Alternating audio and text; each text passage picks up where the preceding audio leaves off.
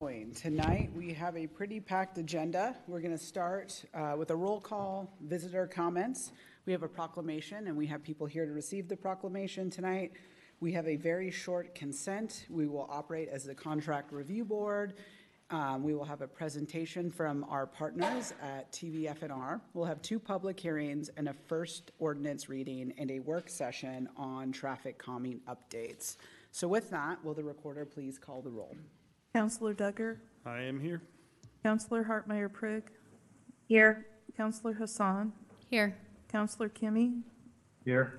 Councillor Teeter. Here. Councillor Tivnon. Here. Mayor Beatty. Here. Okay, tonight we are going to start with visitor comment. As a reminder, visitor comments are an essential part of local government and how we do business. But in order for us to stay compliant with Oregon's open meeting laws, this is a time for us to listen, not a time for dialogue. If follow-up is needed, the city recorder, the city manager, or myself will coordinate follow-up. With that, we have 7 people tonight to give public testimony with 2 minutes each. We will start with Jessica Warner, and then we will Crystal, and then Andrea, followed by Lindsay, and then we'll move to the online presentation. So with that, Jessica.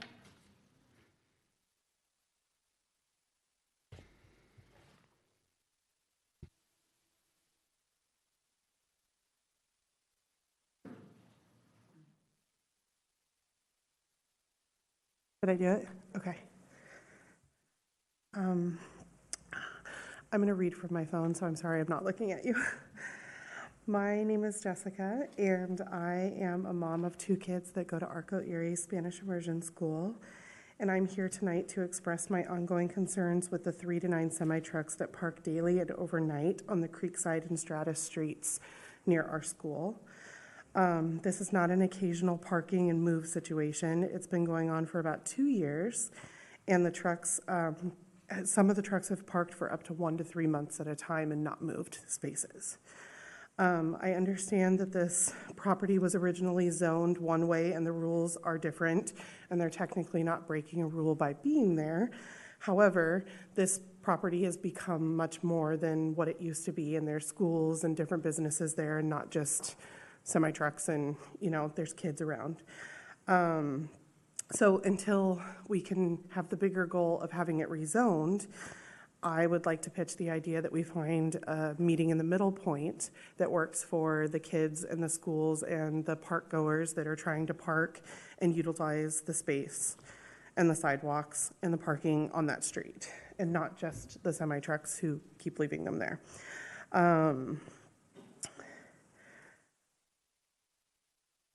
It's been a safety concern.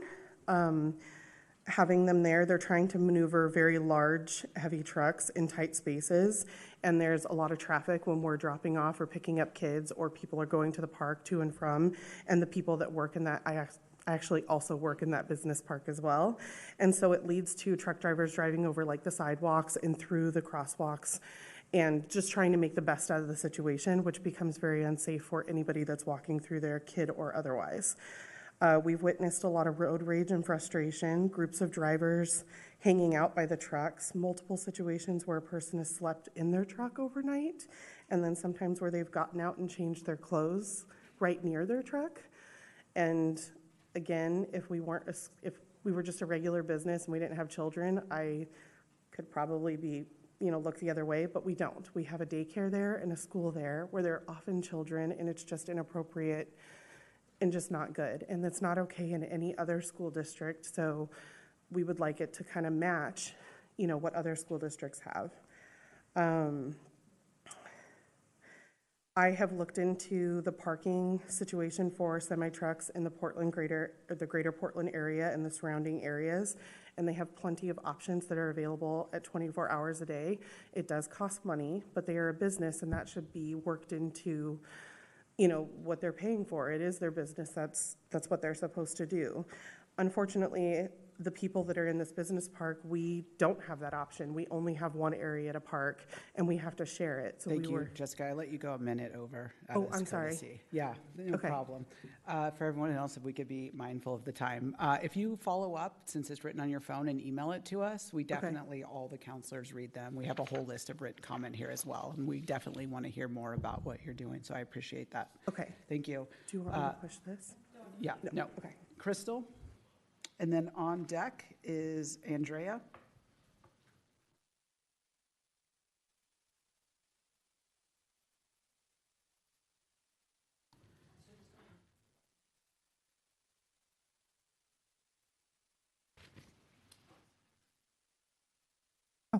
Perfect.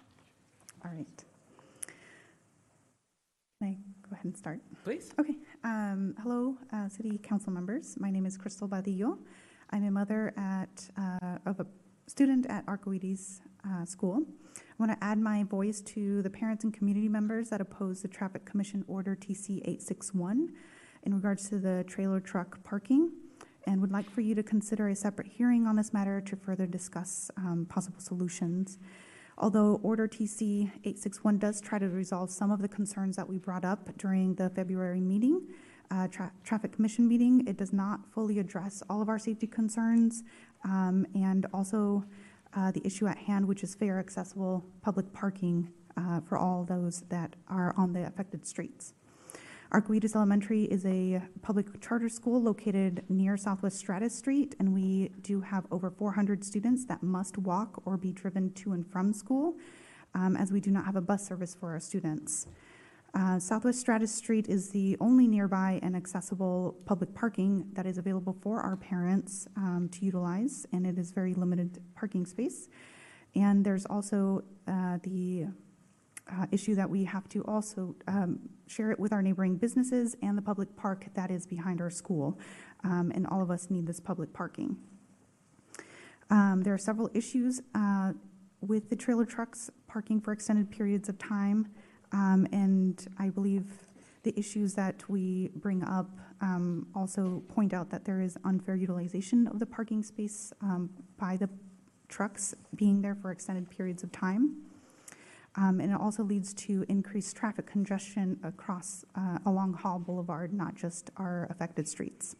My hope is that you will grant us a hearing so that we can further discuss solutions that would address more of our safety and parking concerns. Thank you. Thank you. Adriana?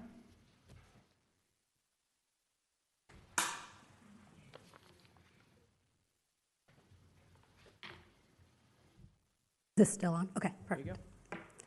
Awesome. Good evening, Mayor and members of the City Council. My name is Adriana Cusaba, and I serve on the board of Arcoides, a Spanish immersion school. And I'm here tonight not only as a board member, but as a parent, concerned community member, and advocate for the safety of over 400 children and their families who walk, bike, carpool, and drive through our area every day. Back in February, many of our families showed up to the Traffic Commission meeting where this was initially proposed to ask for something simple, a safe school zone for our kids. And while we appreciate the effort to implement limited no parking zones, what was offered really does not go far enough. And it was even more disheartening to know that that decision went against the Commission's staff recommendations. The overnight truck parking along Nimbus, Stratus, and Cirrus remain an issue for us. We continue to see blocked sight lines, daily congestion, and unsafe conditions for our youngest students. So I don't think that safety should be negotiated for our students. I think it's just a general concern for anyone, and it should be baseline. So I'm here asking this body to revisit the decision, reconsider the original proposal to restrict overnight parking, and if this item is pulled for a public hearing, please prioritize scheduling it before the next academic year begins.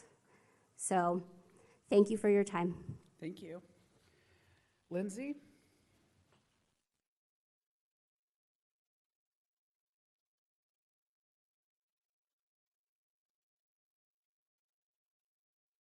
Hi there, I'm Lindsay Fowler.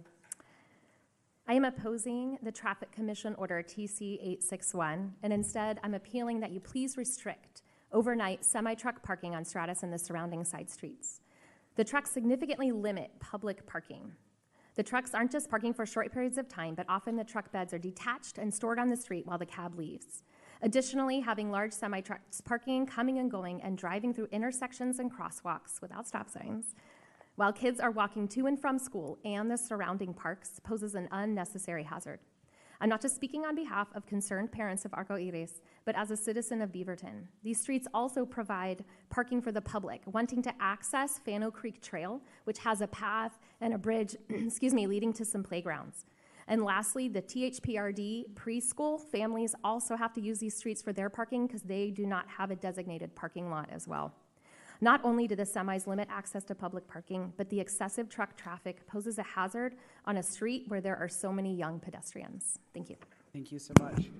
We are going to move to virtual testimony. First, we'll have Jesus, and then Hannah, and then Emily.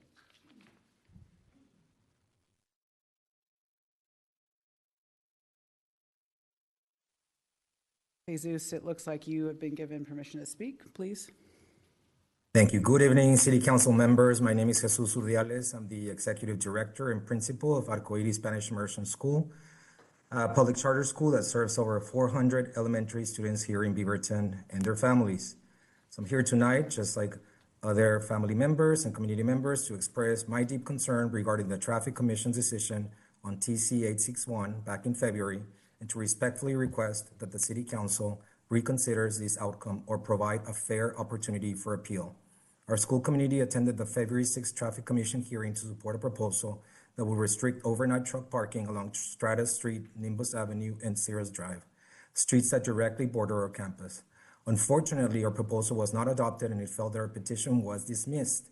Instead, a limited 50-foot buffer was approved, which does not address the broader safety concerns that families and staff raised. This is not simply a matter of convenience, it is a matter of student safety. The continued presence of parked trucks and trailers overnight and during the day along those corridors creates serious risks. I'm going to skip the few that I pointed here, as you have already heard them. The conditions directly conflict with Beaverton's own traffic safety goals and potentially with Beaverton Municipal Code 6.02.060A, which calls for the safe movement of vehicles and pedestrians and the fair management of public parking. Even more troubling is the following. Many of our community members who were present during the February meeting and are present tonight received the appeal notice only 1 to 2 days before its deadline, effectively denying them our opportunity and just our community opportunity to respond. These left our community and other partners like Parkside Business Center without a meaningful path to appeal, despite months, and I'm going to say that again, months of active engagement and participation and constant emails to those in charge. We're also aware that the city's own traffic engineer originally recommended stronger restrictions, yet those not were adopted. An informant of the decision as it stands remains unclear. We respectfully ask the council to either reopen the appeal process or allow space for a public hearing so that the communities most impacted by this decision can be heard. These are our and your communities. Thank you for your time, for your leadership, and for your commitment to safety and equity across Beaverton. Thank you. Hannah, followed by Emily.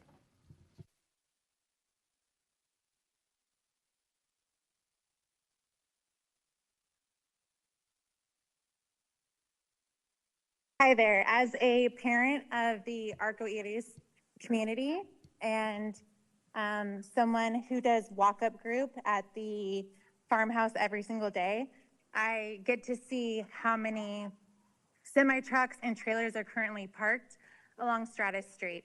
And on any given day, there can be from 3 and as high as 9 semi-trucks and trailers parked along that way. If you guys were to change the regulations and mandate that there be a 50-foot parking, parking restriction from every walkway, I'm just curious as to what your guys' suggestions are for where we are supposed to park. Thank you for your time. That's all I have to say. Thank you. Emily.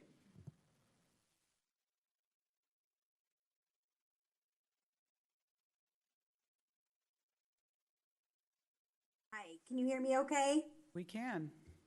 Okay, good evening. My name is Emily Matzo with Schnitzer Properties. I oversee our West Side office and industrial portfolio. We own the Parkside Business Center, which is a 52-acre business park that serves over 240 tenants. It's a mix of industrial and office businesses that serve our community, like Moonstar Dance Studio, Little Peace Therapy for Autistic Children, and Good Samaritan Ministries, to just name a few. Over the last year, the truck, trailer, and RV parking has increased and created a safety issue. The line of sight from the driveways are blocked. We have had numerous near misses because of this, creating both a safety and liability issue. The traffic engineer did a study and recommended no overnight parking on the Cirrus, Nimbus, and Stratus streets. The Nimbus Avenue and Cirrus Drive loop north of Hall Boulevard exclusively serve our property. There is no other property owner to the north of Hall. We have adequate parking to serve all of our tenants. The trucks and trailers being parked on the street are not serving our tenants. They are avoiding paying for overnight storage. Our tenants also wrote letters in support of no overnight parking for the February Traffic Commission meeting. I would also like to briefly comment on working with the City of Beaverton on this issue. We waited 3 months to receive a decision after speaking in front of the Traffic Commission. The letter was dated on May 1st. We received the notice on May 9th with 1 day to file an appeal. I hope that the council will consider giving the public a more reasonable time period to respond. Thank you. All right, thank you. That concludes our public comment portion of the evening. We're going to move now to the proclamation followed by consent. Councillor Duggar is going to read tonight's proclamation. Thank you, Mayor. Whereas the City of Beaverton is committed to diversity, equity, inclusion, and mutual respect as fundamental aspects of a healthy community, and the presence, visibility, and celebration of the lesbian, gay, bisexual, transgender, queer, intersex, asexual, plus LGBTQIA plus community enhances the quality of life in the City of Beaverton. And whereas the LGBTQIA plus community has been the target of discrimination and violence based on gender, sexual orientation, identity, and perceived identity, which conflicts with Beaverton's core values as a community, and whereas LGBTQIA rights are human rights, and whereas this country has witnessed a significant amount of anti-trans legislation that seeks to regard the LGBTQIA plus community as lesser, and whereas the Gay Pride events are intended to celebrate visibility and diversity as well as educate and foster engagement, and whereas the City of Beaverton strives to be a welcoming and safe place where people, families, and institutions thrive, and all the contributions of all are celebrated and valued, and whereas the City of Beaverton's support of LGBTQIA plus Pride Month reflects the commitment to being an ally and supporting marginalized people's rights to love, joy, and expression. Now, therefore, the City Council of the City of Beaverton, Oregon, do hereby proclaim June 2025 as LGBTQIA plus Pride Month in the City of Beaverton.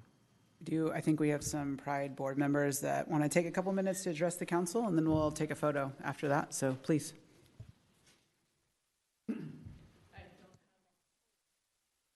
I find that hard to believe, but go on.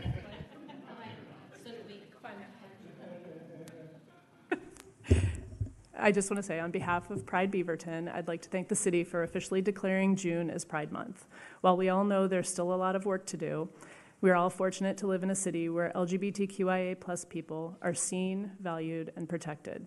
Your support sends a powerful message that everyone deserves to feel safe and celebrated in their community. Thank you for standing with us and for continuing to make Beaverton a place where love and inclusion thrive.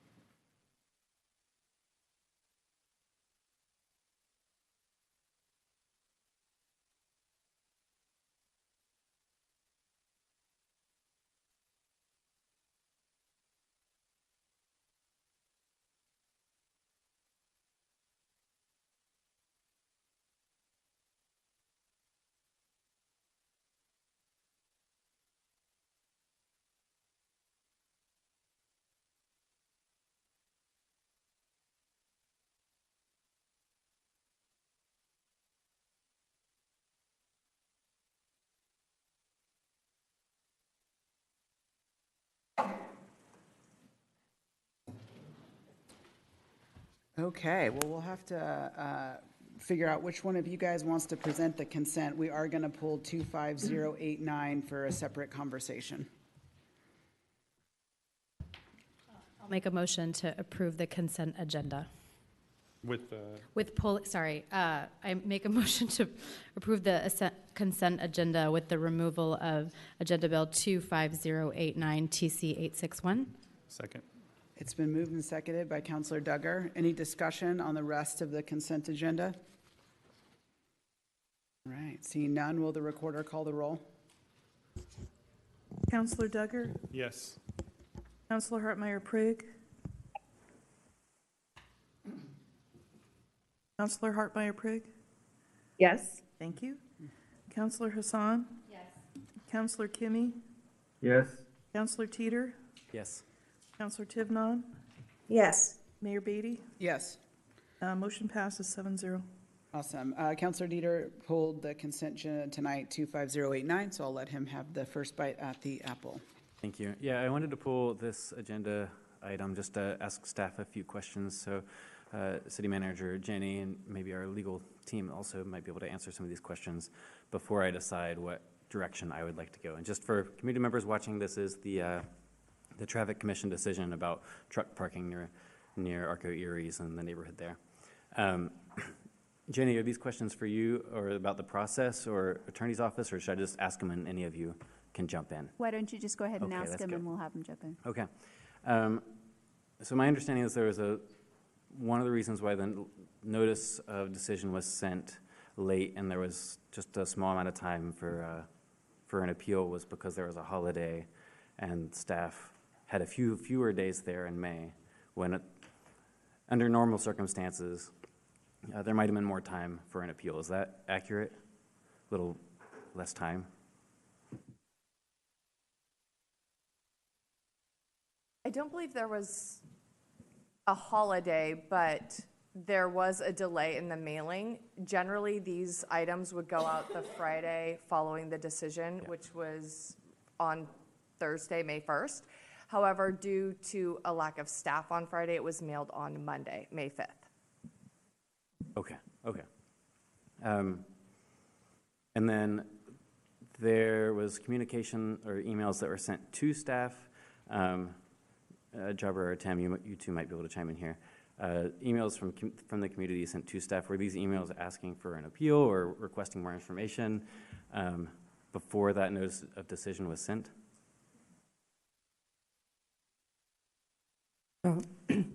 There was an email that was sent to the Traffic Commission chair before the final order was adopted by the Traffic Commission.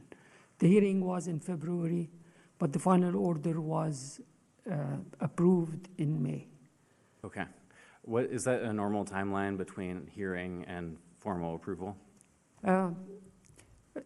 If the commission decision is different than the recommendation, typically we prepare the final order based on the staff recommendation. 99.9% of the time, that's what it goes through. This time, it did not. And the Traffic Commission did not meet in April. So we had to push it till May. Got it. Okay. That explains the delay a little bit. My thought process, and I would love to hear from some of my colleagues too, is I'm trying to decide whether I would like council to have a hearing in the future or remand it back to Traffic Commission. But Jabbar, if you have thoughts, like, is there a pathway that you might recommend that could get to a solution that you would find acceptable? My recommendation is to remand it to the Traffic Commission to reconsider. Okay. Is that something that we would give with any guidance, or how would this lead to a faster or different outcome? Do you have thoughts on that? Basically, I have to convince the commission to change their mind. Okay. It wasn't all 100%, agreeing on the decision they made. Yeah. But at the hearing, the testimony they received, and you heard it tonight, that the issue is when people at the driveway, they cannot see. So the Traffic Commission said to give kind of a happy medium, keep kind of trucking and make it safer. So they recommended restricting parking at all driveways on both sides, including the intersections. So that's why it was different. Okay, thank you. Tim, were you going to chime in there too? Yeah, I was just going to say that I believe that we could provide the Traffic Commission with some additional information that would inform their decision. So if you would like to remand it back to the Traffic Commission, we would take pictures and we would get some more information from the challenges that the businesses are having out there, so that I wouldn't just remand it to them and say reconsider it, but we would provide them with additional information. Okay, thank you. I think that's one of my concerns about remanding it back to Traffic Commission is I'm not sure what would be different, but if there's additional information, maybe that would help a little bit. Okay, I see some of my colleagues have some questions, so thank you. Thank you both. That was helpful. Councillor Hassan. I think you answered the question, but I just want to, I was reading through the packet, and we typically support the Traffic Commission's recommendations, but in my experience, this is the first time that the staff recommendation has not gone through. Do you have any more that you want to elaborate on why they didn't go with the staff recommendation? Like I explained, they didn't go with the staff recommendation because of the testimony they received. And the Traffic Commission, they tried to get the best solution that could please everybody. And sometimes it's difficult to get to that point. So their goal was to improve safety by restricting parking at the driveways and then also allow the trucks to park. Okay. I mean, my preference would be to remand it back to the Traffic Commission, but I'll let others speak. Councillor Duggar. Yeah, to be direct, when is the next Traffic Commission that if we remanded this back, when can they hear this? Because in my mind, this is a problem that exists right now and has existed for months. Mm-hmm. And if it's going to be another 3 or 4 months, I have issues with that. So I need to know if we remand this back, when will it be decided? It will be in August. July, they will not have a meeting because of the holiday.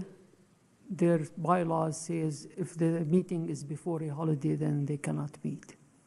So I guess that's my concern right now, is if this has been going on and it was requested in February and now it's going to be a decision and we have no concrete evidence that they're going to, I mean, it sounds like we've heard from the parents and it makes a lot of sense what they're saying. It sounds like that's the decision, the direction we would be interested in.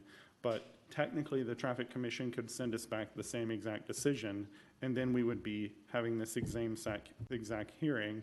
The problem wouldn't be solved. And so that's my issue with us doing that. I feel like that's how I would normally do this, but I am concerned because I do feel like, they've asked us to handle this before the school year starts. Well, let me help you out here, because I don't think we could put it into our agenda before August because we're on recess. So I don't think that there's a faster path if we take it. I think the fastest path is going to be the August hearing for the Traffic Commission. I mean, it's June and we're up against summer scheduling. And that date would be August the 7th. But again, if they send us the same decision, then we're back to where we are. And so that's my concern with that. So. I don't have any concerns of the information. I think it's pretty crystal clear what I want to do and what many of us want to do, but I'm just really concerned. I'm really conflicted about this process. So I think you make a valid point, how are we going to do this? But I also see a lot of parents that have safety issues and concerns that just want this done. And so I guess I'm really wanting more options here, right? I hear you. I just don't think there's another option. We can't just decide something in reverse. We have to go through we'd have to go through a public hearing. We can't just decide to overturn the Traffic Commission right now. But could we remand it back? Is there a meeting in June? Can we? No, it's past their first meeting date. Okay. Yeah. City attorneys. Yes, that is correct. That under the code, the Traffic Commission, your choices tonight are to either choose to hold your hearing or to remand it to the Traffic Commission, but there's really no way to make a decision this evening. Councillor Hartmeyer-Prigg. Thank you. Another procedural question. I appreciate the clarifying questions you were asking, Councillor Duggar, because I also want to find the fastest way to resolution. But knowing the timing of it, it sounds like remanding to traffic commission is the right next step. Should traffic commission decline again, we do meet later in August. Is there a way, like, I know with public hearings, we have a requisite amount of public notice that's required to give. And so I'm curious, should the option be declined, does council have the ability to bring it like in a faster way, right? Where you can do the first reading and the hearing in the same, oh wait, that's ordinance. So anyways, from the notice period, right? I'm just curious procedurally if we have options. So the way that this would come before the council would be, as it did this evening, on your consent agenda as an approved decision, because until there's a decision of the lower recommending body, in this case the Traffic Commission, there's nothing for the council to reconsider. So you really need that information before the council can make a decision about how to move forward. Okay, thank you. I forgot about that part, so that makes sense. Then tonight I would be in support of us remanding to the Traffic Commission to get it quick as possible, hearing from Tim and Jabra that there's additional information that they would take to the commission. I think that's important. Well, I didn't watch the hearing. I read all the minutes and everything in the packet, and I will say it's concerning to me that the staff opinion and recommendation was pretty well, thought out. I almost was surprised by the vote given the comments in the minutes. So I think with additional information that, perhaps Traffic Commission would also reconsider. And should they not, then we have steps that we can take later. But I think that I am also in favor then of remanding to the Traffic Commission. Let me ask you this, City Attorney. Is there an administrative authority Jenny could issue to have no parking on that street until it's reheard? Like no overnight parking, just to clarify. I would have to look into that. I don't know off the top of my head if there's something we could issue in the interim, which I think is what you're asking. Yeah. Some exercise of administrative authority to at least be a stopgap. Yep. Okay. I can look into that, but I don't know the answer. Okay, we'll look forward to your lengthy legal review that you will send us. Councillor Tivnon. Yeah, thank you. So I'm in favor of remanding this back to the Traffic Commission, but while the matter is before us, just to follow back around on the line of questioning from Councillor Teeter in terms of the timing of this and when they received the notice and then that pretty short window that they had to appeal it. I understand it's a few things that went into that caused the delay, but just for point of reference, what is the typical amount of time that they're given to appeal? Under the code, it's 10 days. And they had one? It depends on which person received the notice, but we have at least some people in the record that said that they received it 1 to 2 days before the appeal deadline. And do we have a record of someone who had more than that? No.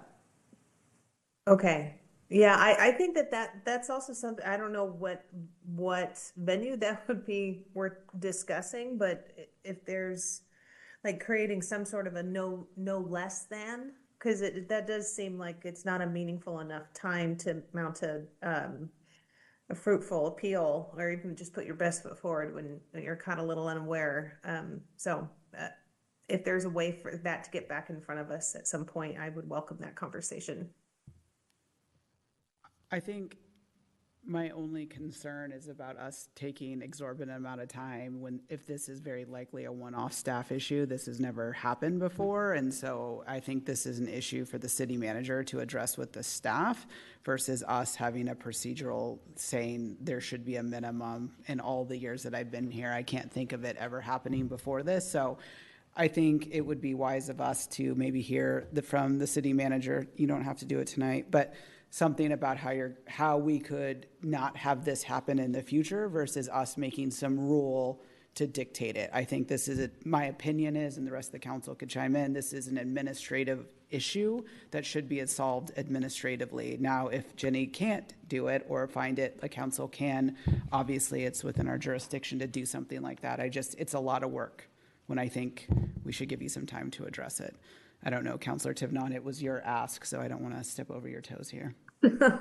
Yeah, I'm fine with either way. It's just if it was truly a one-off, just one of those things that happens, figure out ways to make sure that it's a learned lesson and we're able to avoid it in the future.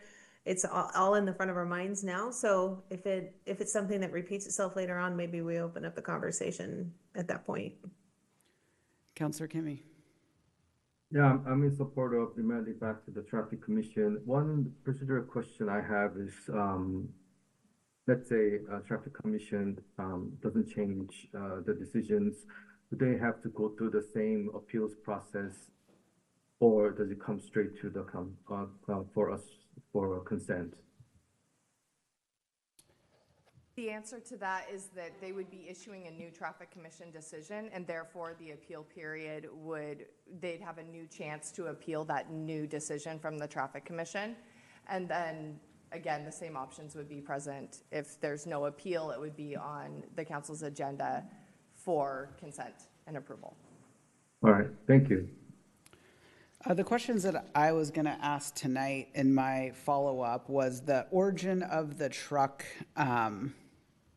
The origins of the truck was like a consideration that I was thinking about, given that this is a school operating in a commercial/industrial zone. But to hear from the property owner that it is not any business's trucks, that to me is a very different type of decision we have to make. I mean, I do think when we start, the reason that we do so much zoning is to not have these uses compete against each other in this type of scenario. So I don't know the process in which the school was, authority to operate there with some of these considerations in place. But the fact that these trucks are not from the business park, to me, we need to be issuing a decision that they cannot park there overnight. That seems incredibly reasonable. And I agree with the parents around the changing in the parking lot, sleeping overnight. We have rules about sleeping in a car overnight in Beaverton. We have all of that stuff in place. So the fact this is happening when there are things to stop it is also a bit concerning for me. And so I wonder in the interim if there are other tools in our toolbox to address this. We have a no overnight camping ban in Beaverton for a reason. So this wasn't the layout of what we were addressing, but some tools already exist to address this problem. So I look forward to hearing from the city manager and the police chief in the coming days of what administrative tools do we have to address this? Because I think our best option is to remand it back to the traffic commission tonight. And then, and I think, we would like to hear from the city attorney over the next week too about if there's any administrative things that the city manager can issue in that. So we would love kind of a report back to the council on tonight's outcome, but I do think we need a motion to remand it back to the traffic commission. I had one comment about the 10 days. I don't want to get lost in the weeds, but if the 10 days is from the date to when it arrives, just making sure that there's some flexibility around that. So I wanted to support Mayor Beatty and Councilor Tivnon's comments on that, just to be clear, because if it's 10 days from when it's sent, those things are tiny, but if that happens a lot, I just want to be thoughtful of it. So we trust you to figure that out. I can make the motion. Make a motion to remand TC 861 to the Traffic Commission. Second. We need to do it by agenda, Bill. Is that okay? Either way is fine. Okay, we'll accept it. I'll second it. All right, it's been moved by Councillor Hassan and seconded by Councillor Teeter. Any more discussion on tonight on this agenda topic? Seeing none, will the recorder call the roll? Councillor Duggar? Yes. Councillor Hartmeyer Prigg? Yes. Councillor Hassan? Yes. Councillor Kimmy? Yes. Councillor Teeter? Yes. Councillor Tivnon? Yes. Mayor Beatty? Yes. Motion passes 7-0. Okay, we're on to our big presentation, and they're rolling deep in the back. Agenda Bill 25092, the Tualatin Valley Fire and Rescue State of the District. If you want to bring your posse up, you're more than welcome. The posse went on a call. Back there, you're going to let him be up here all alone? What if he needs help? All right. I probably am going to. Mrs. Mayor, members of the council, my name is Patrick Fail. I'm one of the deputy chiefs for Tualatin Valley Fire and Rescue, and I'm honored to present State of the District tonight. Oh, hi, Corinne. State of the District tonight, which really captures where we were at in 2024, what's happening in 2025, and in some cases where we're headed. So next slide, please.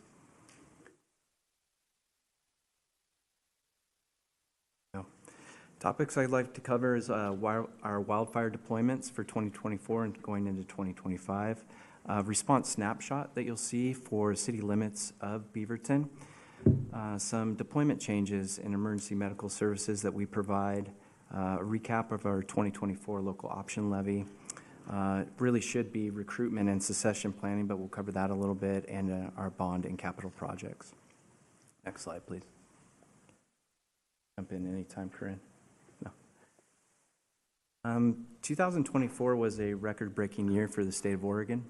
We burned approximately 1.9 million acres in the state, and through the state fire marshal's office, we deployed 88 task forces. A task force is generally 2 engines, 2 light brush rigs, and a battalion chief for oversight.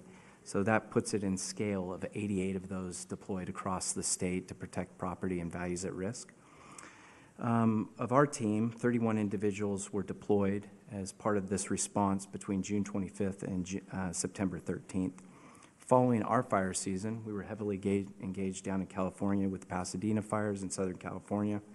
And within 24 hours, the Oregon State Fire Marshal's Office began mobilizing resources across the state to a point of 370 firefighters from 23 counties in Oregon were deployed. We sent 14 personnel as part of a Washington County and Yamhill County strike team, and one of our battalion chiefs, who also works for the state incident management team, oversaw the 370 deployed firefighters.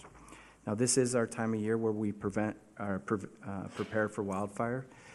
So over at Jenkins Estates in Beaverton, our crews are working on structural protection, rapid deployment of hose lines, and just getting really honed at that part of their work going into fire season. Next slide, please. This is a dashboard snapshot of the incident responses that are happening in the city proper of Beaverton. You'll notice at the top of the slide around 14,000 incidents. That doesn't fully encompass the number of incidents that these crews are responding to. They're also responding to unincorporated areas in their first and second due areas, along with mutual aid response. The top, you'll see big buckets of data kind of blocked up: EMS, fire, hazards, service calls, good intent, false alarms, natural conditions, and other. And just below that, you'll see dispatched as, and then also situation found. So not every call that we receive through our dispatch center, WACA, that we partner with the rest of Washington County agencies, is it always what our crews find, so we track some of that data. To the right, you're going to see the heat map. The red dots generally represent skilled nursing facilities and licensed care facilities, which I'll discuss a little bit more in detail as we go. And then down below, you're going to see some of our high-risk, low-frequency calls, such as structured fires, all the way to critical patients that are found. To the bottom of the page, you're going to see time of day where incidents are occurring. This tracks across 11 cities and 4 counties that we serve. You're going to see that incidents rise as people get up and go to work or go to school, and that incidents start to decline as people return home and bed down for the evening. Day of the week, it's pretty consistent here in Beaverton, around 15% split between the days. And then you'll see just to the right of that we've had a slight rise in the incident count from 2020 through 2024. And I'll talk a little bit about some of the mitigating factors that we've put into play to try to ebb that tide a little bit. And then Station 6-7 is the busiest firehouse in the city of Beaverton, with Station 6-9, 6-1, 53, and 6-5s also supporting. 6-6, 6-1, 53, and 6-5s. Next slide, please. Approximately 42,000 of our incidents, we run about 60,000 calls a year, are emergency medical in nature. We know that over time we can't deploy our way out of this. It's too expensive. So we have to figure out alternative ways to respond to these calls. And some of the areas that we figured out really need attention is low acuity. These are medical in nature, but they're not life-threatening. Our system is meant for our responders to respond on life-threatening incidents, not things like nosebleed, headache, things like that. Though we have other options for that. So this past year, we opened an advanced practice community paramedic program.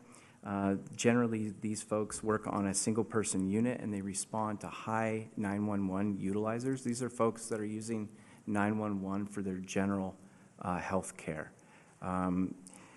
Our folks are trained to understand city resources, county resources, nonprofit resources to get these folks in the right lane of care, and so far it's been pretty successful. Also in January, we received a state-funded grant for a 2-year pilot called Advanced Resource Medic. The ARM program takes a physician's assistant or a nurse practitioner and pairs them up with a paramedic, and they go to licensed care facilities and skilled nursing facilities to try to keep those residents out of the 911 system, and they can treat on scene many cases such as common infection, asthma-related concerns, small wound care, bleeding problems, things of that nature. Next slide, please. One other thing that I forgot on here, we've partnered with Washington County and Clackamas County along with AMR for a nurse navigation program. This occurs at the point of service when somebody calls 911. The dispatcher triages the call. If it's low acuity, it goes to nurse navigation. And you have a nurse on the other end of the line that's trained in our local resources and what's available, and helps get that person either the proper advice to care for themselves or get them routed out of the 911 system into other levels of care. Next slide. It's a quick recap on our local option levy. In May 2024, voters approved a 5-year levy that allows for the hiring of 36 additional firefighters and paramedics over the next 5 years. The levy, our current levy of 45 cents per thousand expires in June, with the new levy that will take effect July 1st of this year at a rate of 69 cents per thousand. So our customers and our shared taxpayers will see that moving forward. We're hopeful that this lasts for the next 10 years for TVF&R. We want to be great stewards of that money, not come back to our customer base too quickly. So we'll have one renewal in 5 years. Hopefully we can make it last for 10. Next slide, please. As I mentioned, our recruitment and succession planning, I don't think it's any secret that fire service and law enforcement have struggled with our recruitment numbers. We have seen a decrease in numbers for TVF&R, but we haven't seen a dip in the quality of our candidates. And we're really proud of what we've put in place to continue our recruiting efforts. We continue to strengthen partnership with the local high school and community college health careers program. For example, Southridge High School, their health career program. Over the years, we've seen hundreds of students from Southridge come through TVF&R fire stations, particularly Beaverton fire stations. And we highlight careers in the medical field, we highlight careers in firefighting, and we have hired a lot of those kids over the years. So we hope that continues. We also have Portland Metro Fires Camp that we put on every year, which is about 50 to 60 female candidates that are under the age of 20 that come through to try on this career for size. It's about 3 days long. It's pretty intense, and we've hired several of those from that program throughout the years. It's pretty interesting to watch people come in and shy to that program, build confidence, and go out with a ton of confidence as they go out into the communities. It's a pretty cool program. We've also been surveying our recruits as they've come through. What caused you to choose TVF&R over other places like Vancouver or Portland or Clackamas? And predominantly, as they said, first and foremost, our culture. Our servant culture is highlighted, and they understand that, and they feel a part of the team. And secondarily, they said our social media presence, which we were surprised by. We've done a lot of innovation in that space. We've quadrupled our presence on those platforms. But one of the things that we're most proud of is we've actually leveraged our employees on the ground to create content. We have some very talented people who have highlighted our culture and really put that in a format that we certainly never would have been creative enough to do. So we're so proud of them. Next slide, please.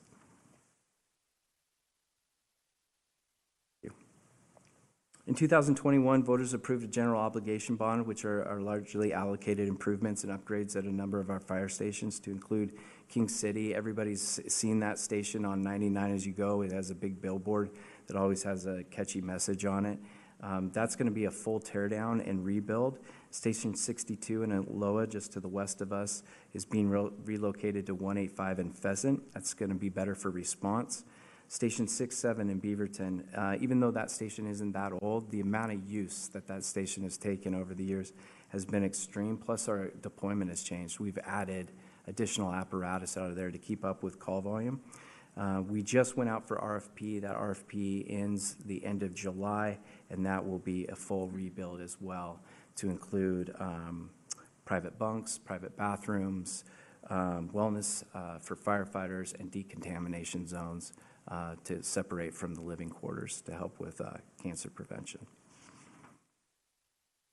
Just a little bit of interest to note, Fire Station 5 years ago cost us about $8 to $9 million. Now it's around $14 to $15 million. I know you guys are well experienced in that space as well. This was a little shocking to us. It was shocking to our board, but that's the space that we're in right now. Please. You know, as I close this out, I just draw attention to our year in review. There's a QR code up on the television there. Staff has done a wonderful job the last couple of years capturing what all of our troops have done and support staff over 2024. It's an impressive video to see in scale of 11 cities and 4 counties and how busy 60,000 incidents are. But what I want to close with is this is a fantastic city, and it's well led, and we're honored to serve here. We really are. I spent most of my career in fire stations in Beaverton, and city staff is top notch. It's well led at the council level, and your police department is just one of our closest partners, and we couldn't be more grateful. So thank you very much for your time. And I'll field any questions you might have. Awesome. Thank you so much. Well, thank you for joining us this evening. You know, as the mayor of a city with, you know, a plethora of special districts, I often get asked why we don't bring fire in-house. And, you know, having previously served in the military and military family now for 25 years, the kind of promotional opportunities moving around that TBF&R has, because we combined with everyone else, the ability to cover down when things are happening is just something incredibly awesome. When we look around the metro region and see call times being very long compared to your guys' response time, it's important when we talk to the community members to recognize those things. I lived around the corner from Station 67 for a long time, and over the years, the amount of fire, the amount of sirens we heard coming in and out obviously went up. We know that they do mostly medical. But I do want to ask just one question about the rebuild there, because I'm fairly certain you guys also own where the dirt bike track is. That's not part of THPRD's property. It's part of TBF&R's property. Are you planning to utilize that in the rebuild? I mean, that space is so narrow. I don't know how you're going to get much more out of it. It's not that deep. Yeah, well, they've been pretty creative with the designs. I have not heard any plan to utilize the bike track. That's loved. I worked out of that station for many years. That's pretty loved in the community. I don't think there's any ideas to use that.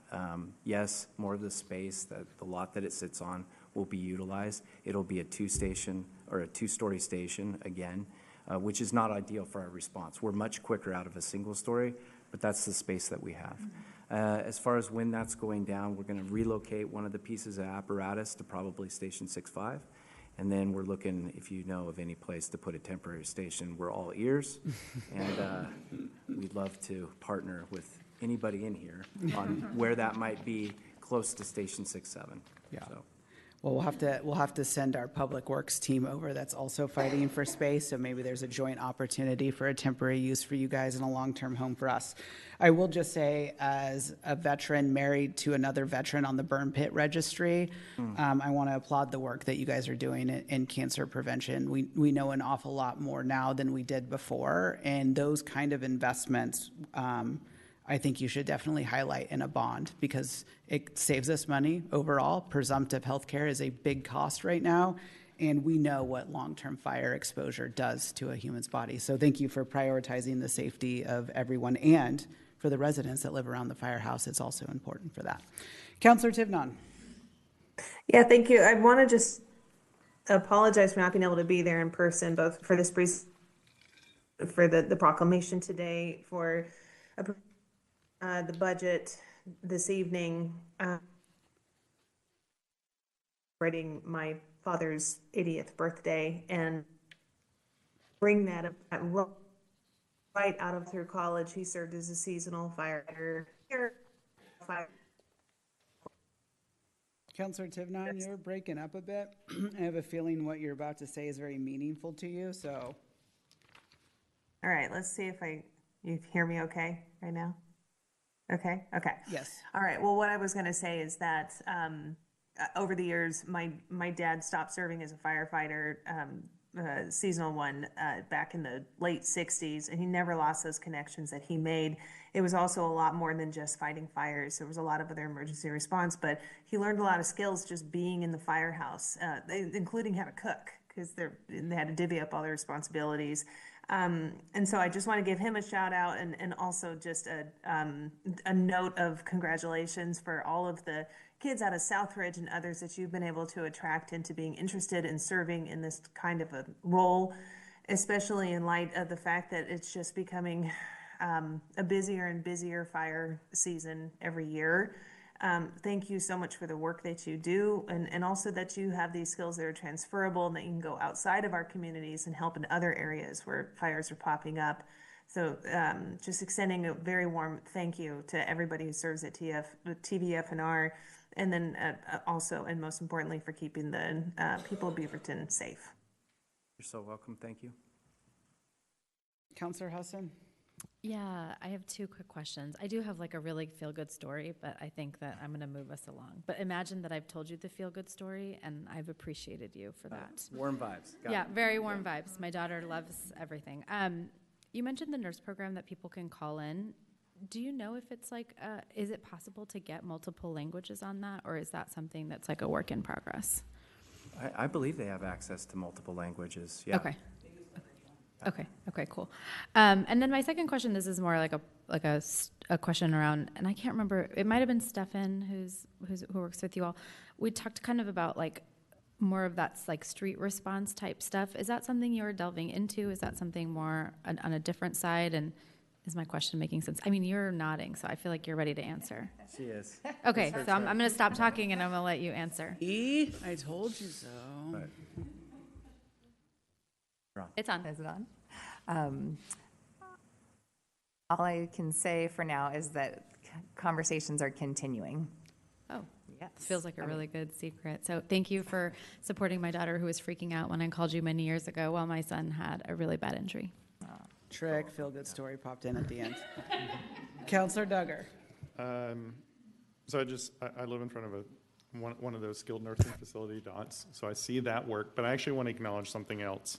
At the beginning of the meeting, we did a pride proclamation. You guys show up to almost every community event. Yeah, we do. And that's actually incredibly important because, you know, sometimes when the bad stuff is happening, you guys have built the relationships, you've built the trust in the engagement, and all of those multiple times people see you. I have a 2-year-old niece too who almost screams every time she sees a fire truck, and like, Uncle John, you know, points it out. So, like, I just want to throw that in there as this is an annual presentation, but I don't want that to go unnoticed and unthanked. I think that's an incredibly important part of our community, is that you show up in the bad days, but you also show up in the good days too. And I think that's really important to acknowledge. It's critically important that everybody that we serve understands that when they call us, they are safe, without judgment.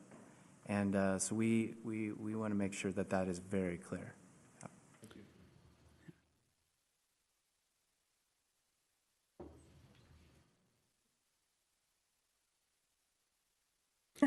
Thank you so much. Yeah, perfect. Well, thank you for joining us this evening. I mean, I'm sad that Chief Weiss couldn't join us, but we clearly got the upgrade tonight. So we appreciate you spending some time with us this evening. Can you call him and tell him? I'll 100% text him right now. No sweat. Thank you.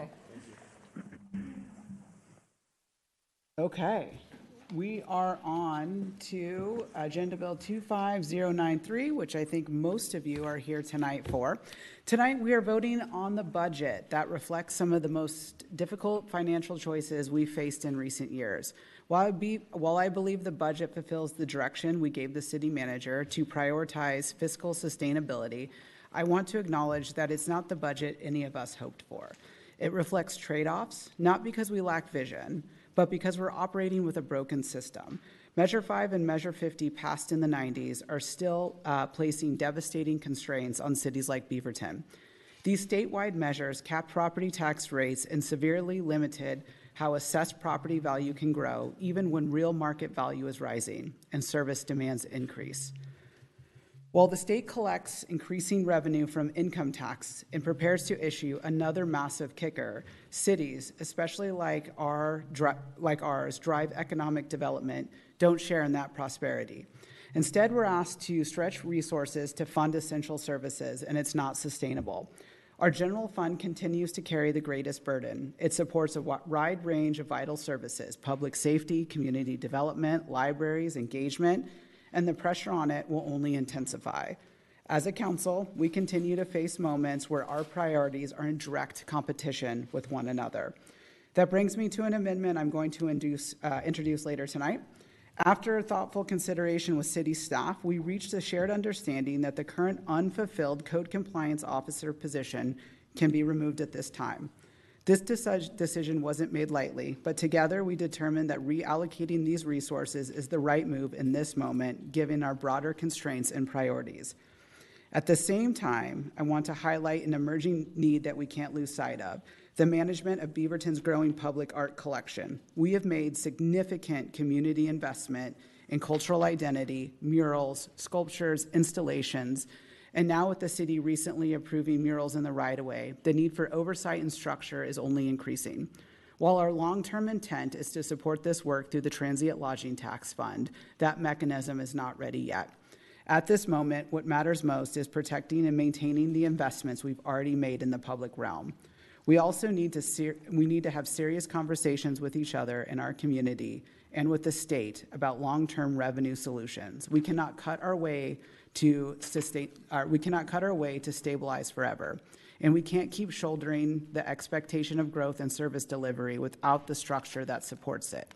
Passing this budget is not the end. It's the step in a longer journey towards resilience, equity, and reform. I want to thank our staff, our council, and our community for engaging in the hard but necessary work. All right, I will now, the next on the agenda is a public hearing, Resolution 4914A, a resolution adopting the budget for the fiscal year commencing July 1st, 2025, making appropriations and imposing, categorizing, and declared ad valorem property tax levies as provided by ORS 310.0602, and a Resolution 4915, a resolution declaring the city's election. Oh, I'm in the wrong public hearing. No, that's correct, No, Mayor. that's right. It's a combined Okay. public hearing. Public hearing. Sorry, now I've lost my thought here. Sorry, I came straight for the airport, clearly. Yeah, a resolution declaring the city's election to receive state revenues for fiscal year 2025-26. I will open the public hearing on the budget included on the city's proposed uses of state shared revenue. Then we will hear a short presentation from City Finance Director on the budget as approved as the city from the Budget Committee. After the staff presentation, I will open the floor to any comments for the public on the budget or on tonight's city's proposed uses of shared revenue. Anyone wishing to speak at this hearing should follow the instructions included on tonight's agenda. Each person who speaks at tonight's hearing has up to 2 minutes. When you speak, please give your name and city of residence for the record. After each person's comments, council members may ask questions of the speaker. At the conclusion of all comments, I will close the public hearing, and then the council will begin deliberation on proposed resolution number 4914, followed by resolution number 4915. I now open the public hearing on the city's budget and city's proposed uses of shared revenue for fiscal year 25-26. We will first hear a short presentation from the city's finance director, Debbie.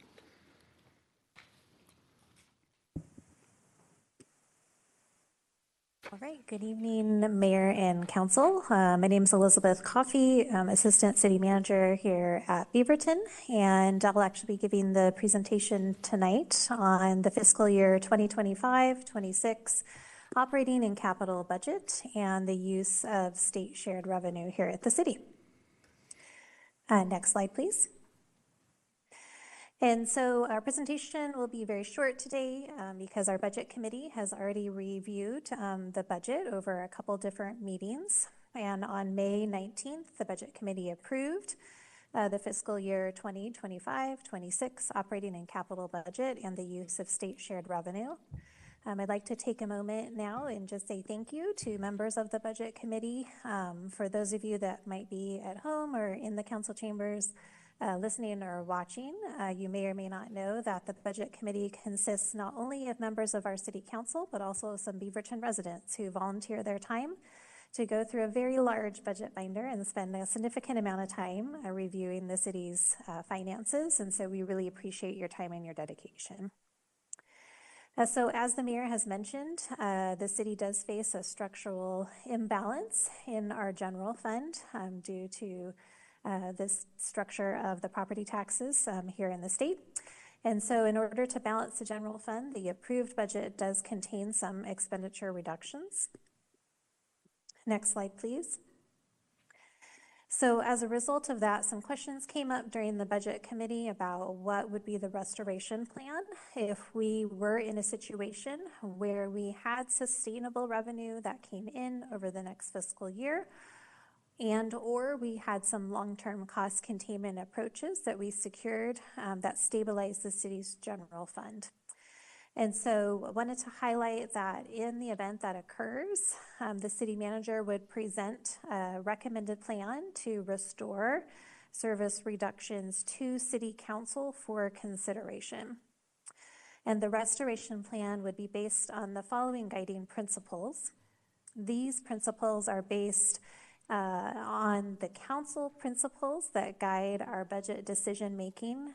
First and foremost, the principle that states that we would prioritize core and critical city services. And the restoration guiding principles are also based on best practices from the Government Finance Officers Association, or GFOA, as well as ICMA, that have best practices around risk reduction in terms of addressing long-term liabilities and guidance around fund balance levels. And so the restoration guiding principles that staff would follow when preparing a proposal for restoration would be to restore reductions to programs that have a safety impact and or are legally required. Second, to prioritize restoration to programs that generate revenue. Third, to restore fund balance levels to policy targets if they do dip below. And then lastly, to restore reductions that address long-term liabilities. And so the approved city budget that was sent to you from the budget committee today has an operating and capital budget of approximately $455 million. The budget is comprised of several different funds, including but not limited to the general fund, library, street, storm, sewer, water, and capital funds. The approved general fund budget is approximately $117 million. As the mayor mentioned, we did face a shortfall in our general fund. That shortfall was approximately $10.7 million, and we closed that gap with a combination of revenue adjustments and expenditure reductions. The library fund is $12.3 million. This is another fund we are keeping a close eye on due to a structural deficit, and we were able to close that fund through mostly structural changes in anticipation of centralization of collections with Washington County, as well as some one-time use of library fund balance. Through this public hearing, the council will also consider the receipt of state shared revenue for the coming fiscal year. We often get questions about what state shared revenue is and why we're receiving it. Beaverton is eligible to receive this revenue from the state because we provide services like police protection, street construction, sewer services, and planning and zoning services. And so the general fund receives revenue from 3 different state taxes in this instance. Those are the liquor, cigarette, and marijuana taxes, and then you can see the amounts there on the screen. And then our street fund receives the state gas tax as well. Next slide, please. The benefits of taking action tonight, of course, approving the receipt of state shared revenues provides necessary resources for our city operations, and then adopting the fiscal year 2025-26 budget is critical to providing the resources so that we can continue to provide service to the residents of Beaverton. That leads me to our staff recommendation, which is that City Council approve the use of state shared revenue and adopt the fiscal year 2025-26 budget. And with that, that concludes my presentation, and staff are happy to answer any questions that you might have. Thank you. All right, this is the time for questions. Councilor Husson?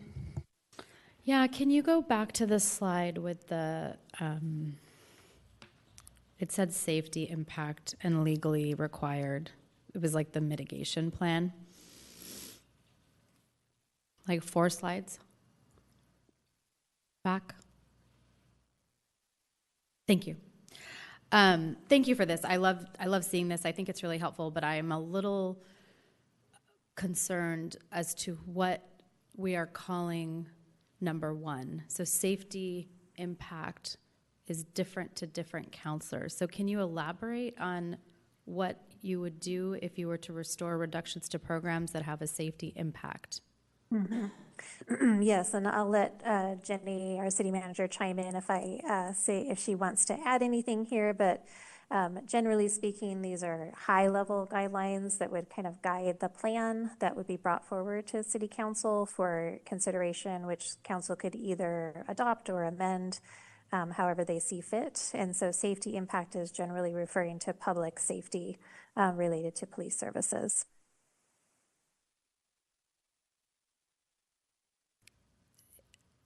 Sorry, so when we approve this budget, are we saying yes to this, or we would have a conversation as the restoration plan came forward? We would be presenting a plan to you. These are guidelines that would inform the plan that would be presented to you by staff. Okay. So council will have full discretion to adjust that recommendation. Okay, thank you. I just, like, my heartburn is like, what might be safety to one might be different to another, might be different to another, legally required I get, so I just want to make sure we're able to have that conversation. So thank you. Any other questions of staff? All right, seeing none, I will open the floor to public comments. We do have 2 that pre-signed up. Ryan Hendricks first, and then Sharon Dunham second, and you guys will have 2 minutes each to address the council.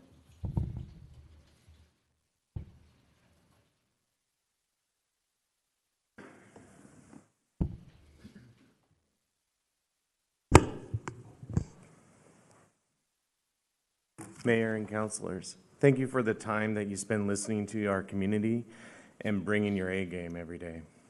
I know this and I appreciate it. For the record, I am Ryan Hendricks, co-chair of the longstanding Beaverton Arts Commission. I'm joined here by Helia Blank, my other co-chair. You have all heard from us, and by now you have likely heard from the greater arts community. I know I have. Don't worry, I'm not going to try to rehash everything that's been said. Instead, I'm going to speak from the heart and tell a story I wrote before I heard the mayor's amendment tonight. I serve on the Beaverton Arts Commission, but I'm not an artist. I like to refer to myself as an art adjacent, a strong ally. I am way more technical than I am an artist. However, I will advocate for the arts. My path to the arts was seeded right here in Beaverton in the 90s at the Taste of Beaverton.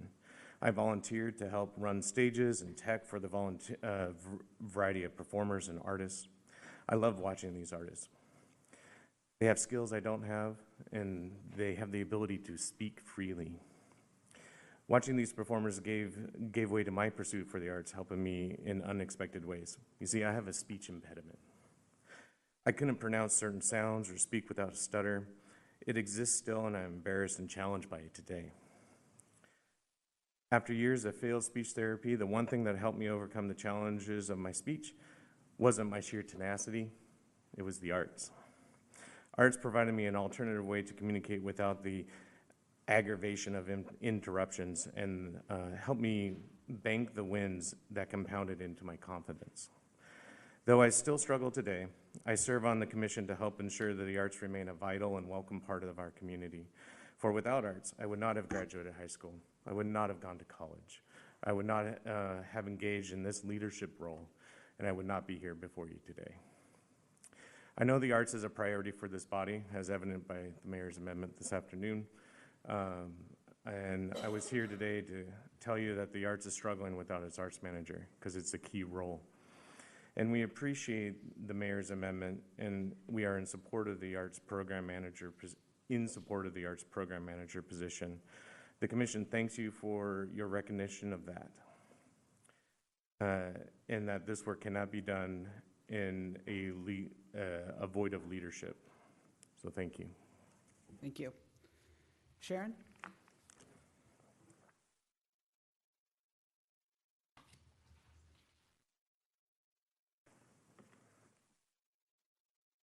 I'm going to make this very brief because of the circumstances, and I am thrilled. Good evening, Mayor Beatty and city councilors. I'm here again, as I was at one of the budget committee meetings, and I'll make this very brief because I have witnessed this arts in this city for a long time. I had a nice conversation with Janie Scott over the weekend. We talked for about an hour. She's a longtime arts advocate and one of the city's founding arts executive directors. And she's devoted 30 years of her life shaping what's now this cultural foundation that still exists today and supports what we have today. And I was struck by her lasting joy. She said she loved coming to work every single day under 3 different mayors. So her momentum, her leadership, her positivity, created a momentum that continues to benefit our city. What I originally had written that is no longer relevant is that, you know, what are we faced with? What are we left with? And it's a time of tough choices. I am a recovering idealist. And maybe I'm still hoping for the Steve Novick style reversal. I think I got it. So I am so pleased and so thankful that the decision, the amendment has been made and put forward. I can't tell you how thrilled I am. I want to quote George Thorne, somebody I look up to, I've worked with. You can never let up paying attention to what's necessary for a healthy and balanced cultural sector. And art activism reshapes culture and political landscapes by breaking silence and envisioning possibilities for a more equitable world. Thank you, thank you, thank you. All right, thank you. I will now close the public hearing on the city's budget and the city's proposed uses of state revenue. Before we begin deliberations on the budget, I want to offer up an amendment that I authored and open the floor for any other amendments. I'd like to start by saying that, you know, I'm offering this amendment to build off Councilor Hassan's work. I think that we on the council felt very challenged by the proposition of choosing between equity and arts. And they're 2 things that shouldn't have to compete against each other. I understand why the amendment was put forward the way it was. It was the easiest, cleanest solution that we could see in the budget at the time. And as you know from the vote, it wasn't unanimous, but the majority of the council, and I think Councilor Hassan too, as she advocated for this position earlier, we're trying to find a pathways for both. We do need to have a long-term conversation about the arts and how we can't allow every equity in arts in every single budget to compete against each other. And so we have to find alternative ways to support these, because when they're competing against constitutionally required things, it is a challenging proposition to be in it. But I worked with the city manager's team. We relooked at the budget. We went into many rounds of discussion about how this best could be funded. We looked at a realignment of the arts commission or arts team. We looked at positions that were currently vacated, and really we went to CDD had a position for a code compliance officer, and we agree that this is the best place for this position to come from right now. The team can work together in its composite that exists today and get the work done that the city needs to be done. And so I'd like to move forward an amendment to restore the arts program manager that was reduced as part of FY26 proposed budget to balance the general fund. A recent vacated code compliance officer position in community development is reduced instead, and the funding is transferred to the transient lodging tax fund, along with the additional funding from the general fund contingency to restore the arts manager position. And I would appreciate a second if someone's willing. Second. I'm going to go ahead and give that to Councilor Tipnon since she had to vote the hard way last time. I'll open this floor for discussion on this amendment.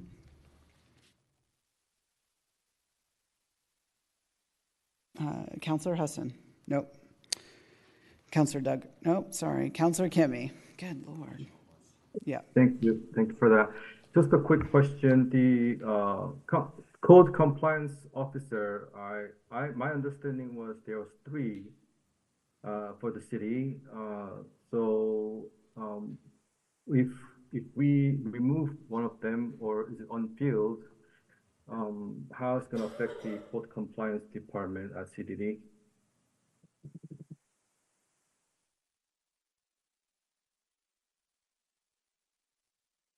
Good evening, Dan Weinheimer, Assistant City Manager. We currently have a vacancy, hence the opportunity for this. We've been evaluating code compliance and the need for the staffing that we had. Of course, we'd like to have that level of staffing, but we're also comfortable right now with the response time. We're also looking for ways to collaborate and with the workload of code compliance with other partners. And so we'll continue to evaluate that need over the next year. Right now, we're comfortable with the staffing level and with the response times that we're getting on code compliance cases, though. Okay, just to follow up, my understanding was it was about a week or 2 weeks to follow up. Is that going to stay the same, or is it going to extend? I believe it depends on the case and the workload. Right now, I think it is about the same. We're not seeing increased times, but I'm not sure that it's a week. I'd have to get more information. I'm happy to follow up with details. Thank you. Yep. Councilor Duggar. Yeah, I'm really excited about this amendment, and I'm happy to support it. I'm also cognizant that operational work is not just a function of people, it's process, it's tools and technologies as well, and I'm confident that in our city leadership that they will continue to evolve and figure this out. And if we need to address, if those times extend, I feel like we can address that. But I also, we need an arts manager.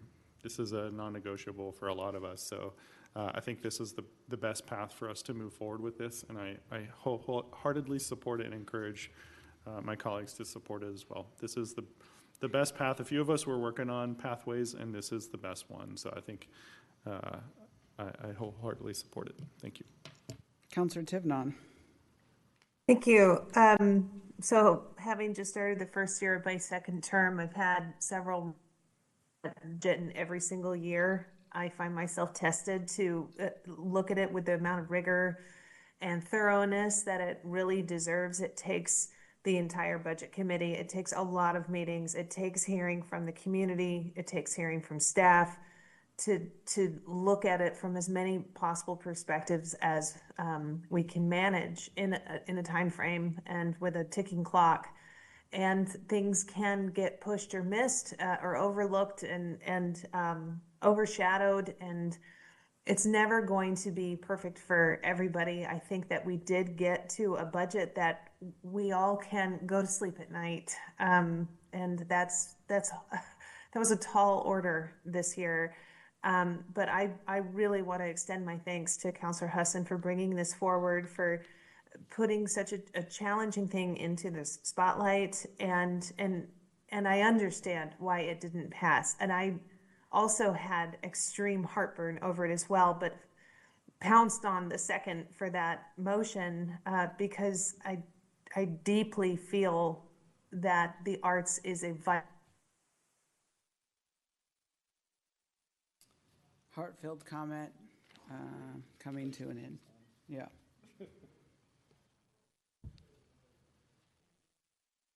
Oh, well, I think it's her internet. Sorry, Councilor Tivnon, if you, are you there now? Okay. Yeah, okay, I'll wrap it up and just say it matters from an economic standpoint. It matters from a placemaking standpoint. It matters from personal health and mental health and growth and so many different facets. It's very, very vital. Thank you to the mayor. Thank you to the staff for helping to pull this off, and especially back to all the arts commissioners and to Councilor Husson for putting it in the limelight. Councilor Teeter. Yeah, thank you, Mayor, for this amendment, and Councilor Husson for spurring the conversation in the first place. Yeah, I look at this, and this is exciting for me. This feels like a better and easier trade-off for me. Councilor Tivnon mentioned this a little bit, trying to look at things from multiple perspectives. So, City Manager, Mayor, I'm curious, were there drawbacks that you all were seeing when you were looking at this amendment that, like, I just want to go into this eyes wide open. What were some of the drawbacks that we were seeing about making this transition or this switch? Well, I think I'll speak from my perspective, and the city manager could speak from hers. You know, I have long-term wanted more code compliance officers, given the kind of calls that come in. I would say now that we're out of COVID, and maybe it's because less people are at home and less walking around, I do think our call volume is down a little bit, which is helpful. And really, why I wanted more code compliance officers is I would hope in the future we could have a housing inspection program, mostly through multifamily. It's something in many budgets I've talked about in past years for the need for safety. A lot of times, if you're low income, you're afraid to complain, particularly given this tight rental market that we're in. The likelihood of somebody experiencing housing discrimination complaining is very low because they don't want to be booted out. And so the need for a more robust code compliance, I will say this code compliance officer was not to address that particular problem, but I just want you to know this is not an easy decision for me as I oversee the majority of complaints that come into the city. So that to me is a little bit of where we're at, but I feel very good with where we're at in this trade-off, and this doesn't have to be a forever thing with the code compliance officer. I think if we were just seeing more uptick and more in a restoration plan, it could come back in the future, but it's an unfilled position right now, and I think this is our greatest path forward. Manager, do you have anything else to add? I think the only thing that I would add to that is that we've been piloting a smaller code compliance team, and we feel very confident, and you heard that from Dan Weinheimer when he was addressing Councilor Kimmy's question. So I do think, as the mayor said, there's an opportunity that we can pivot at a future time, but we feel very strongly that we can move forward and address the community's needs. And also the council's expressed repeatedly that equity is a priority. And we didn't want to have to do any more filled positions. We wanted to preserve those. And so that was the rationale. Okay, thank you. And in the proposed budget before this amendment, there was 0.25 or 0.5 FTE from CDD that would be filling the manager role or filling some of those responsibilities.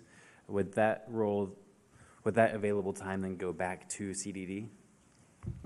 Yes, they redistribute the work accordingly. So they would no longer take any of the arts responsibilities, and that would go straight to the arts manager that your amendment proposes. Okay, thank you.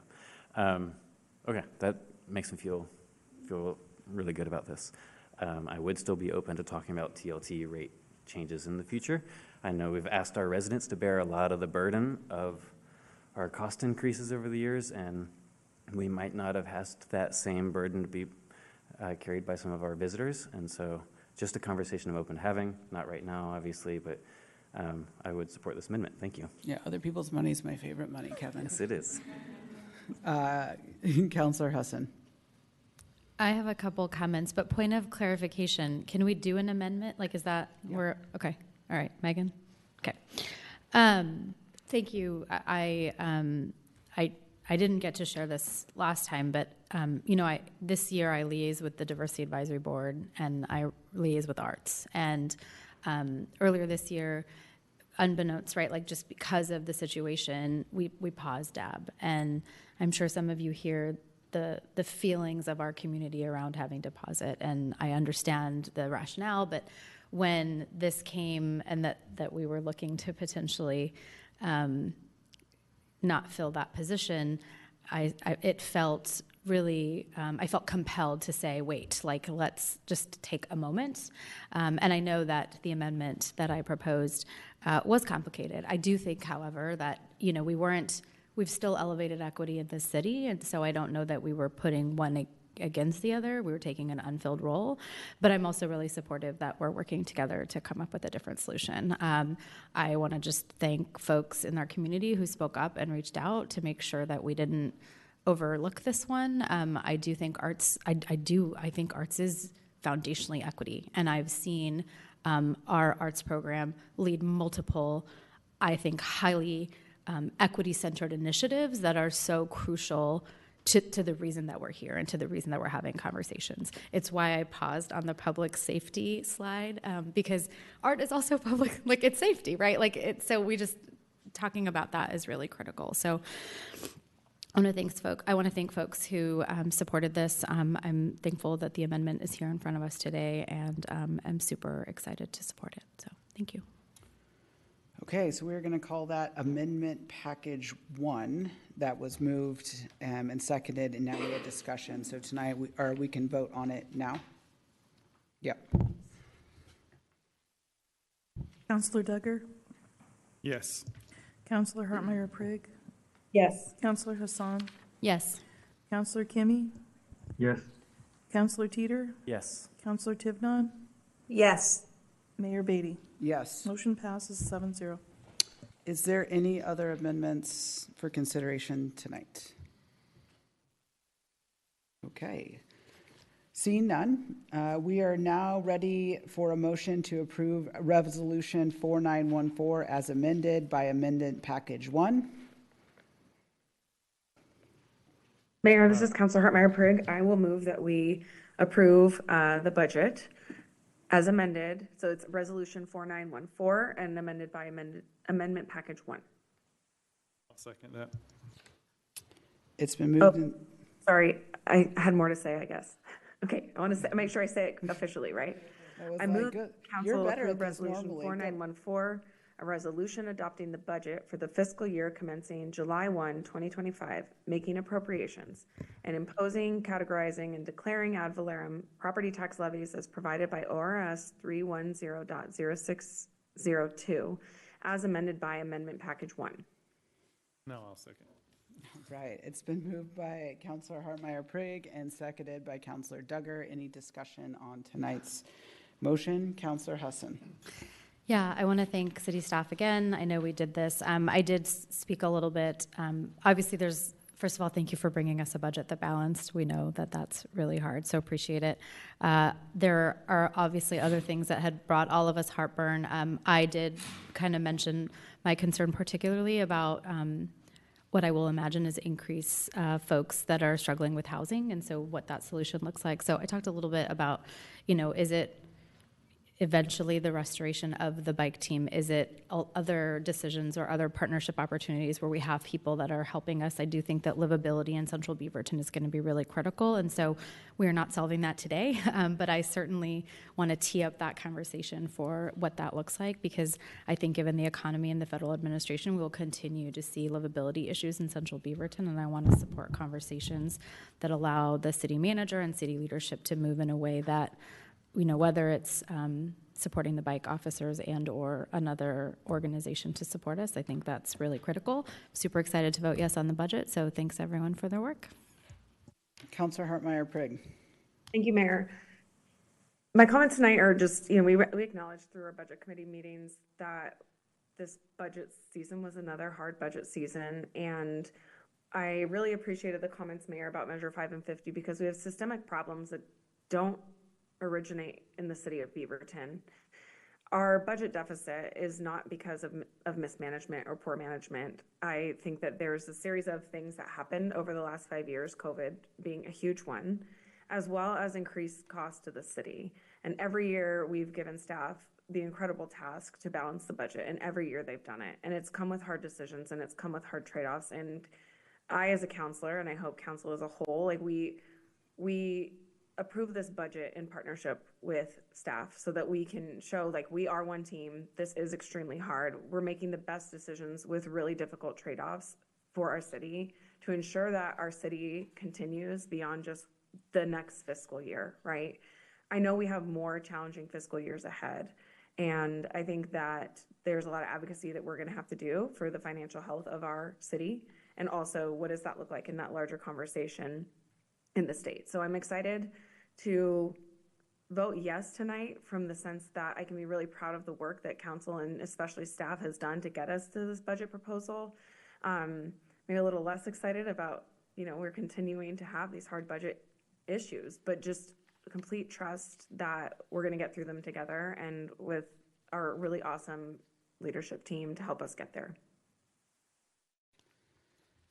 Thank you. I'll just close with saying that, this city in particular has always taken budgeting and fiscal sustainability very seriously. We're in a building we're in right now because past councils prioritized having money to purchase the building. When I was first elected, our courts, City Hall, and police all operated in Griffith in one building just a decade ago. And now we have a renewed bond on a public safety center. We have this amazing building. Our investments in water in the past has led us to where we are today. Past councils have made hard trade-offs and hard conversations. Even when budget was easier and there was more money, saving money to buy a city hall like this was a huge deal for the city when we did it. And it spurred growth around this entire area. We were early adopters to the round here.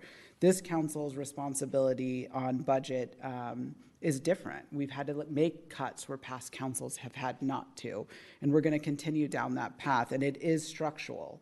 And so for people listening, it's not, like Councilor Hartmeyer said, it's not mismanagement.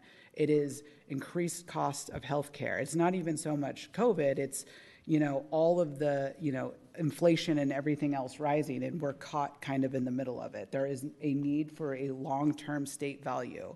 When the state is issuing a kicker in the billions of dollars and local governments can barely survive, it's not that the state is not collecting enough taxes. It's the distribution of those taxes that are not equitable.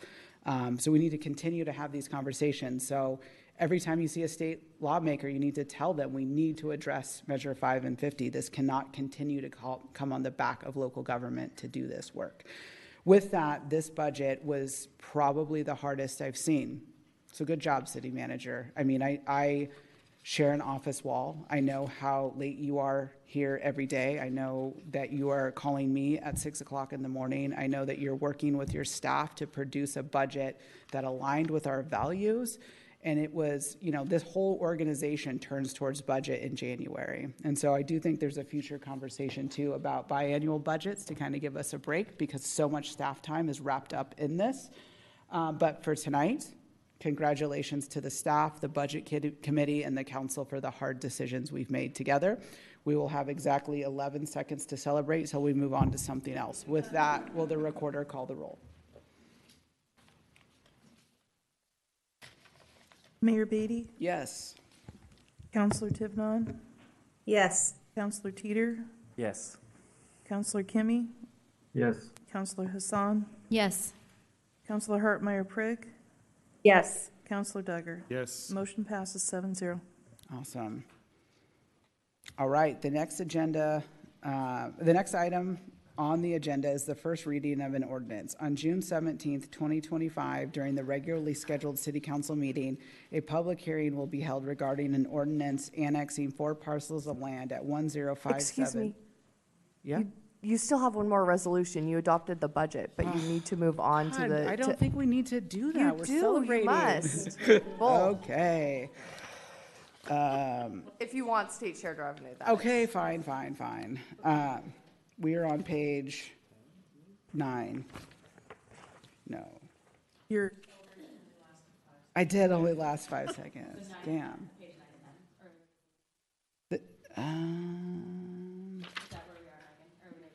Yep, on 9.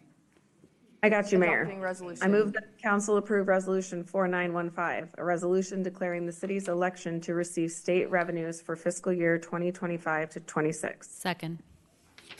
All right, it's been moved and seconded. Any discussion? See none, will the recorder call the roll?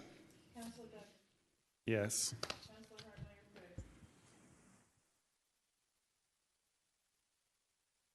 Counselor Duggar voted yes. Counselor Hartmeyer Prigg. Yes. Thank you. Counselor Hassan. Yes. Counselor Kimmy. Yes. Counselor Teeter. Yes. Counselor Tivnon. Yes. Mayor Beatty. Yes. Motion passes 7-0. We good now? Yes, but you're still not to traffic calming. We still have the traffic calming. You've got Oh, we're first not- reading. Man, I'm ready to bounce out of this. Okay. Well, we have to do the first reading of the ordinance.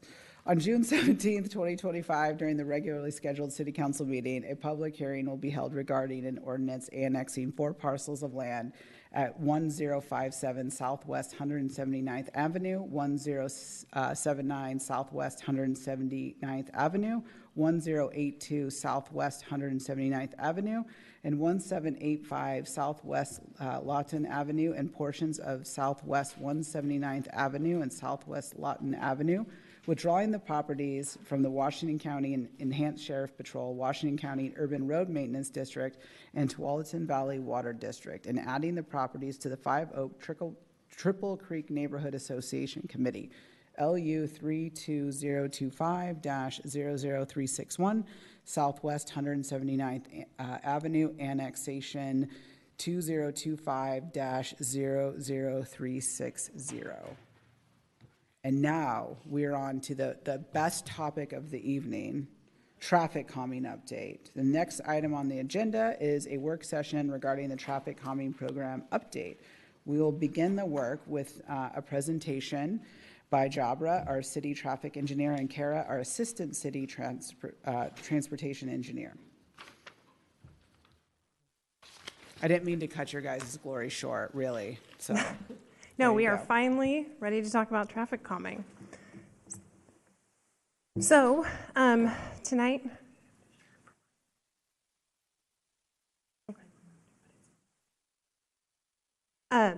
So, we're going to begin with a brief recap of the work for the update that's brought us to this point, talk about the goals that we hope this update to the program will help us achieve, dive into the proposed program, and then end with discussion and questions.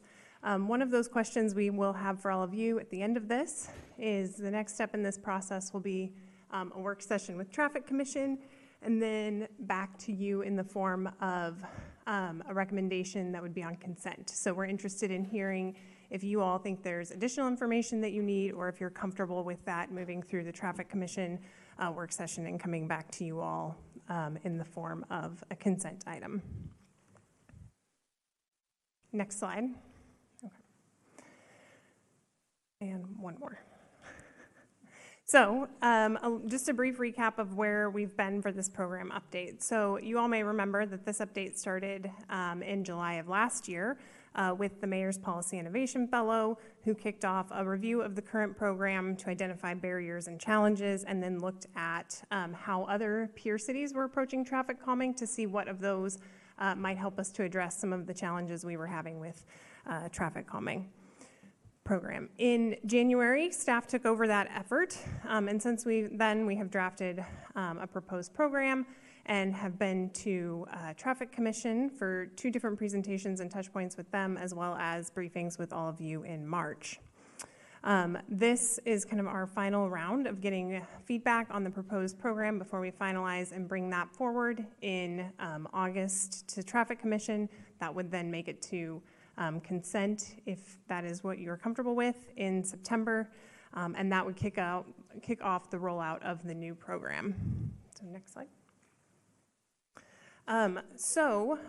Just some of the program challenges that we're hoping to address with this update to the program. First was the process and planning, and this is just related to the lengthy approval process that we were seeing for our traffic calming projects. So we were seeing a request come in from the community member, and in the best case scenario, changes might be made in a year, but based on how that kind of fell within budget and approval process, sometimes it was taking up to 2 years, and we know that's frustrating for our community members.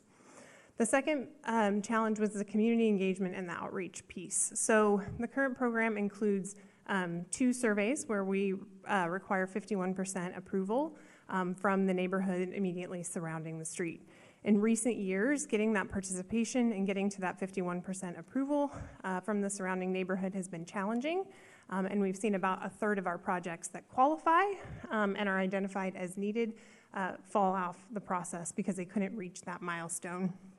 And then the last is just coordination and collaboration, both internally within the city and then also with some of our external partners.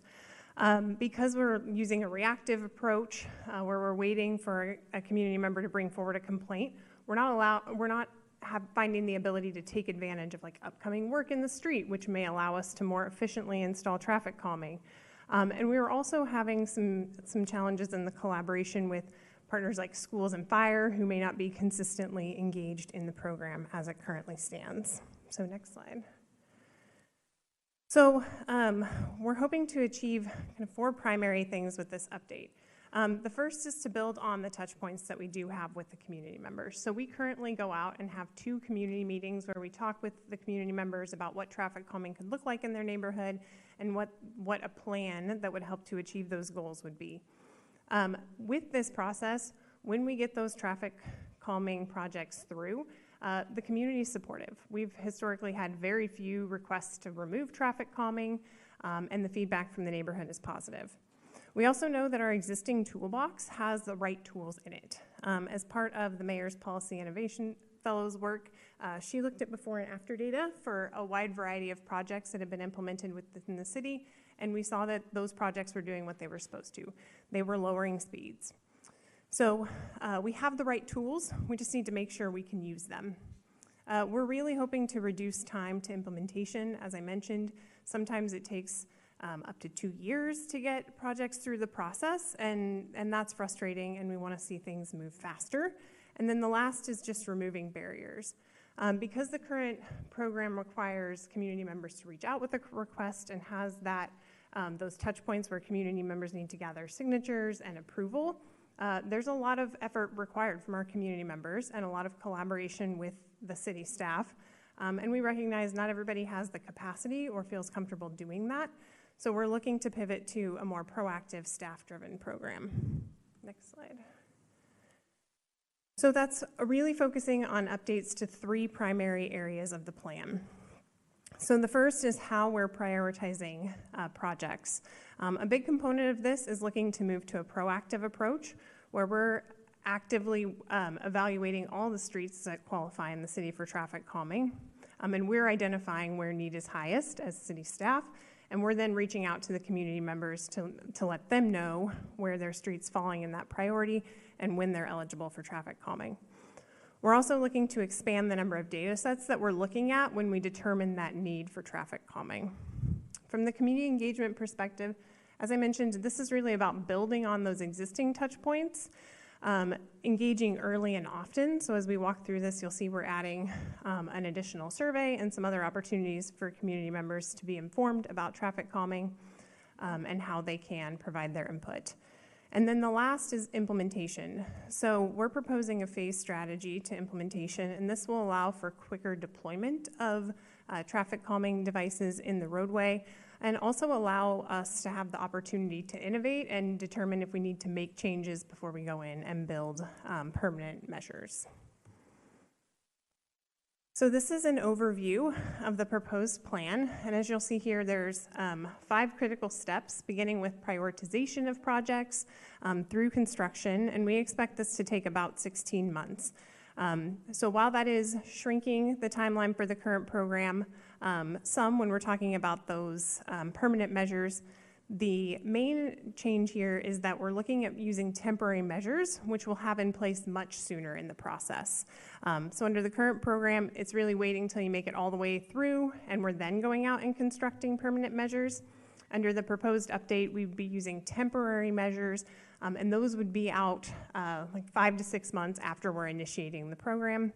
That'll allow us an opportunity to evaluate, have the community experience those temporary measures, and then refine for a final plan as needed.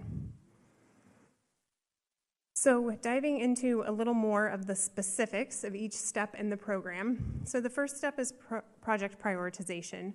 The first component of this will be determining all the eligible streets within the city, which I can show you in just a moment and talk a little bit more about the specifics of that. The next piece is data collection and analysis. As you'll see, we're expanding the data set that we're using to evaluate and score these streets. So there will be some additional effort required there to gather the new data and continue to update that on an annual basis. And the last part is prioritization. So once we've looked at the eligible streets, once we've completed that scoring process, which streets are scoring the highest for need, how much budget do we have available for traffic calming that year, and how many of those streets do we think we can bring into the program and begin to advance through that process. So this map, highlighted in blue, shows all the eligible streets that would be considered for the traffic calming program as part of this update. This includes all of our local streets, neighborhood routes, and our 2-lane collectors. So this eligibility is really consistent with our current program. And just for reference, we have about 100 miles of local streets that would be eligible under this program. So getting into the project prioritization side of things, as I mentioned, we are proposing to expand the criteria that we consider when we score and prioritize streets. There are 8 total criteria that we'll be looking at, 3 of which are new to the process and are not considered in the current program. So just at a high level overview here, so for land use, that's considering things like proximity to key pedestrian generators, so places we know people want to walk or bike. That's schools, libraries, parks, commercial retail centers.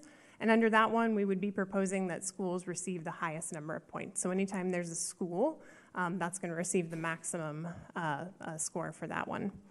Speed is based on how far the measured speed observed exceeds the posted speed limit. So streets where the speed is substantially higher than the posted speed limit are going to score highest in this category. Similarly, for volume, that's based on the number of vehicles on the street. With the higher the number of vehicles using the street, the higher the score will be. Sidewalks is based on whether or not sidewalks are present. So if we're looking at a street where the sidewalks are complete, there's no gaps, there's sidewalks on both sides, the street will receive no points under sidewalks. If there are gaps, it'll receive 5 points, and then if it's missing sidewalks entirely, it will receive the highest number of points, so 10 points for that category. Similarly, for bike facilities, that is based on whether or not bike facilities are present if we're talking about collectors. So collectors, per the city's design standards, are expected to have bike lanes in both directions. So when those are present, if we're looking at a collector, there will be no points for bicycle facilities. But as those either are missing in some places or only provided on one side or missing entirely, it will be scored accordingly. On our neighborhood routes and local streets, our city's active transportation plan identifies what we call neighborhood bikeways and major bikeways, and those are intended to connect people to key destinations or to larger streets that provide bicycle facilities. So we'll be scoring those streets higher, recognizing that if we're encouraging those and those provide connections to key destinations for people bicycling, we want to make sure the speeds are appropriately low and providing a safe and comfortable facility there. Equity is one of our new categories to this. And this is based on 7 different social vulnerability factors that are provided by census data. So we'll be looking at all the census tracts in the city, and when more of those social vulnerability factors are present, streets in those areas will be receiving a higher score. Crashes, that's based on the number of crashes that are occurring on a street and the severity. So a street where maybe a fatal or a serious injury crash has occurred will receive the highest points. Streets with injury crashes receiving a fewer number of points, and then property damage only crashes, which is the majority of what we see on our local streets, will receive 1 point. And then the last one, another new addition to the scoring criteria, is transit. So This is based on proximity to transit stops. So streets that are within a quarter mile of transit stops will receive the highest score, and that will decrease out to about a mile watershed, because that's kind of the reasonable distance we expect people to walk to transit stops. So once we have all of our data collected and we have the evaluation and prioritization complete, the first step of developing the plan is going to be reaching out to community members. So if your street is ranking highest on that list, you'll hear from the city sharing about our traffic calming program, sharing what you can expect over the coming months, and letting you know that your street is scoring high. Staff will then be working to draft a plan for temporary traffic calming measures that can be implemented on these streets. And then that will be presented at a community meeting where we'll be sharing the plan, asking for input, and gathering feedback on any changes that we might need to consider before we move into implementation. So step 3 is temporary measures, and we actually intend to go out and install traffic calming devices in the street using a variety of different materials that can be installed and then removed.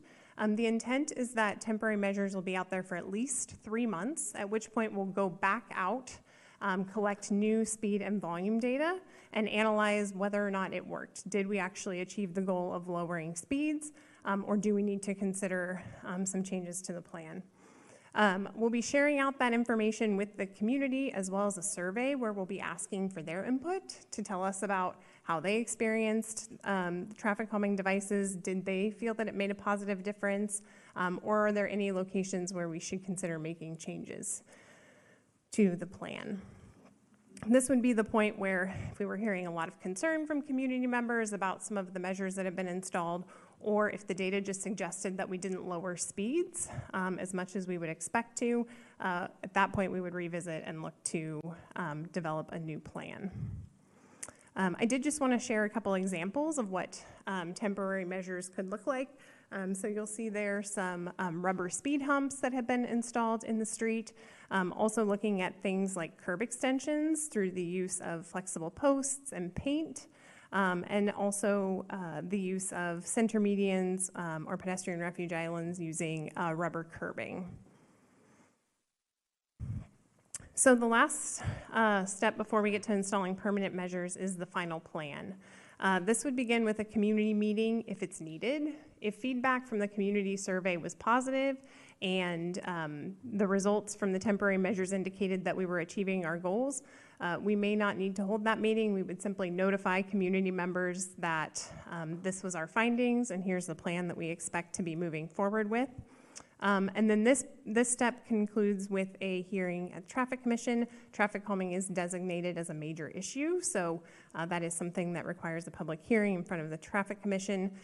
That would be shared with community members as another opportunity to come and share their opinions, feedbacks, or concerns about that final plan. That brings us to the installation of permanent devices where we would be removing the temporary materials that we had put out and going and constructing asphalt, speed humps, speed cushions, or permanent curb extensions. As part of this process, we did look at a number of case studies. We wanted to confirm that as we're developing the scoring criteria and the prioritization, that it was resulting in what we would expect. So we looked at 10 different streets across the city. We're not intending to do anything with this information. It was purely a case study to confirm that we think we're on the right track with the updates to the program. So you can see there are a number of streets evaluated. Geographically diverse, these are also streets that had maybe qualified in the past and didn't make it through because of the community survey components, or streets where we've heard a lot of requests historically, but they have not qualified for the program. So wanting to understand how this program was working for a variety of different streets. So this first slide here is showing all 10 streets and how they scored. Kind of starting with Diamond View Way at the top, which received the lowest number of scores, all the way down to Lombard. And we do have, if you hit one more time. So in the case that this was the year we were working with, these are the 3 streets that, assuming we had budget for, we would be advancing into the program and developing a plan for. And then just one more slide here, did just want to share kind of how all those different scoring criteria that I mentioned are making up those scores. So as you can see, for those 3 streets that we're scoring highest in this, speed and volume are some of the major contributors, also crashes on that, and equity coming into what is driving some of those scores higher. So based on our review and kind of our experience using the program, we feel that this scoring process and prioritization is resulting in the outcomes that we would expect. And with that, I will conclude my presentation. I'm happy to take questions, and I'm looking forward to hearing from you all about additional information that you need, or if there is any concerns about this coming forward following a Traffic Commission work session on consent. Council? All right, Councilor Kimmy. Thank you for the presentation. It's a lengthy work that you have done. Question is collecting the data where, how do you and how often do you collect crash data? Yes, so crash data we receive from the Oregon Department of Transportation. And they publish updated data every year. So for this program, we would be using crash data from the most recent 5 years available. And that would be planned to be updated on an annual basis, kind of time to when they publish data and when we're starting that prioritization process. So last time I heard was we were collecting from Beaverton Police Department crash data. That's not true. We go to DMV.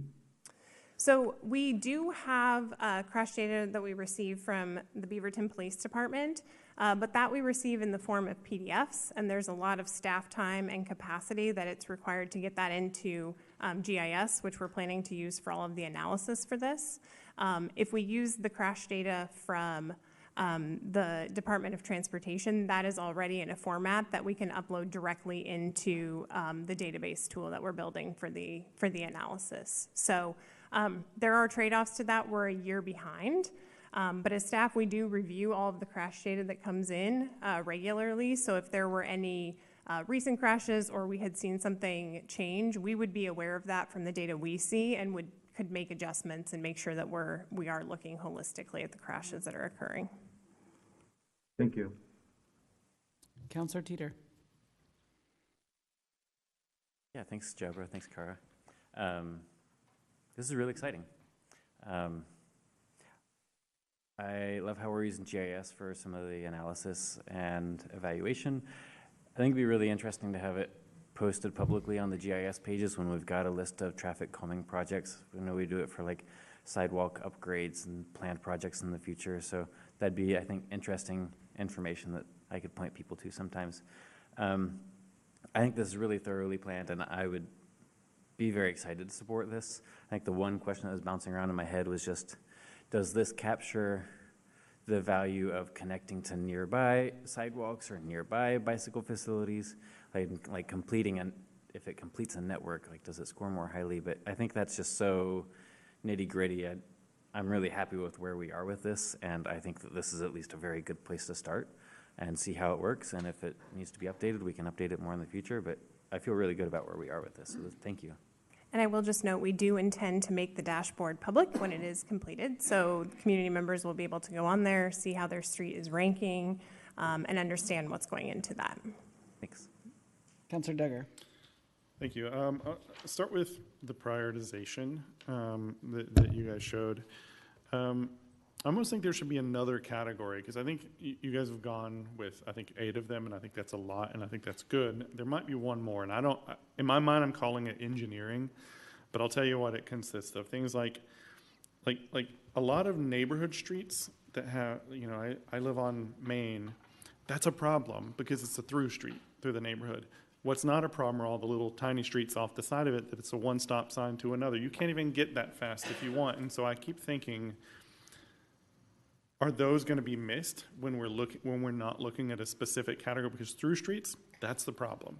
You know, whether it be 130th and Highland, whether it be Main, whether it be Lombard, like those are the ones that rise because people, they're really wide and people have enough speed, have enough time to actually gain speed, but they're still neighborhood streets. So, and then the other thing in my mind, and I think this also fits under like this engineering prioritization is like resurfacing, like when we resurface streets, sometimes traffic calming, as a veteran of a couple of these before I was on council, is like as simple as paint, right?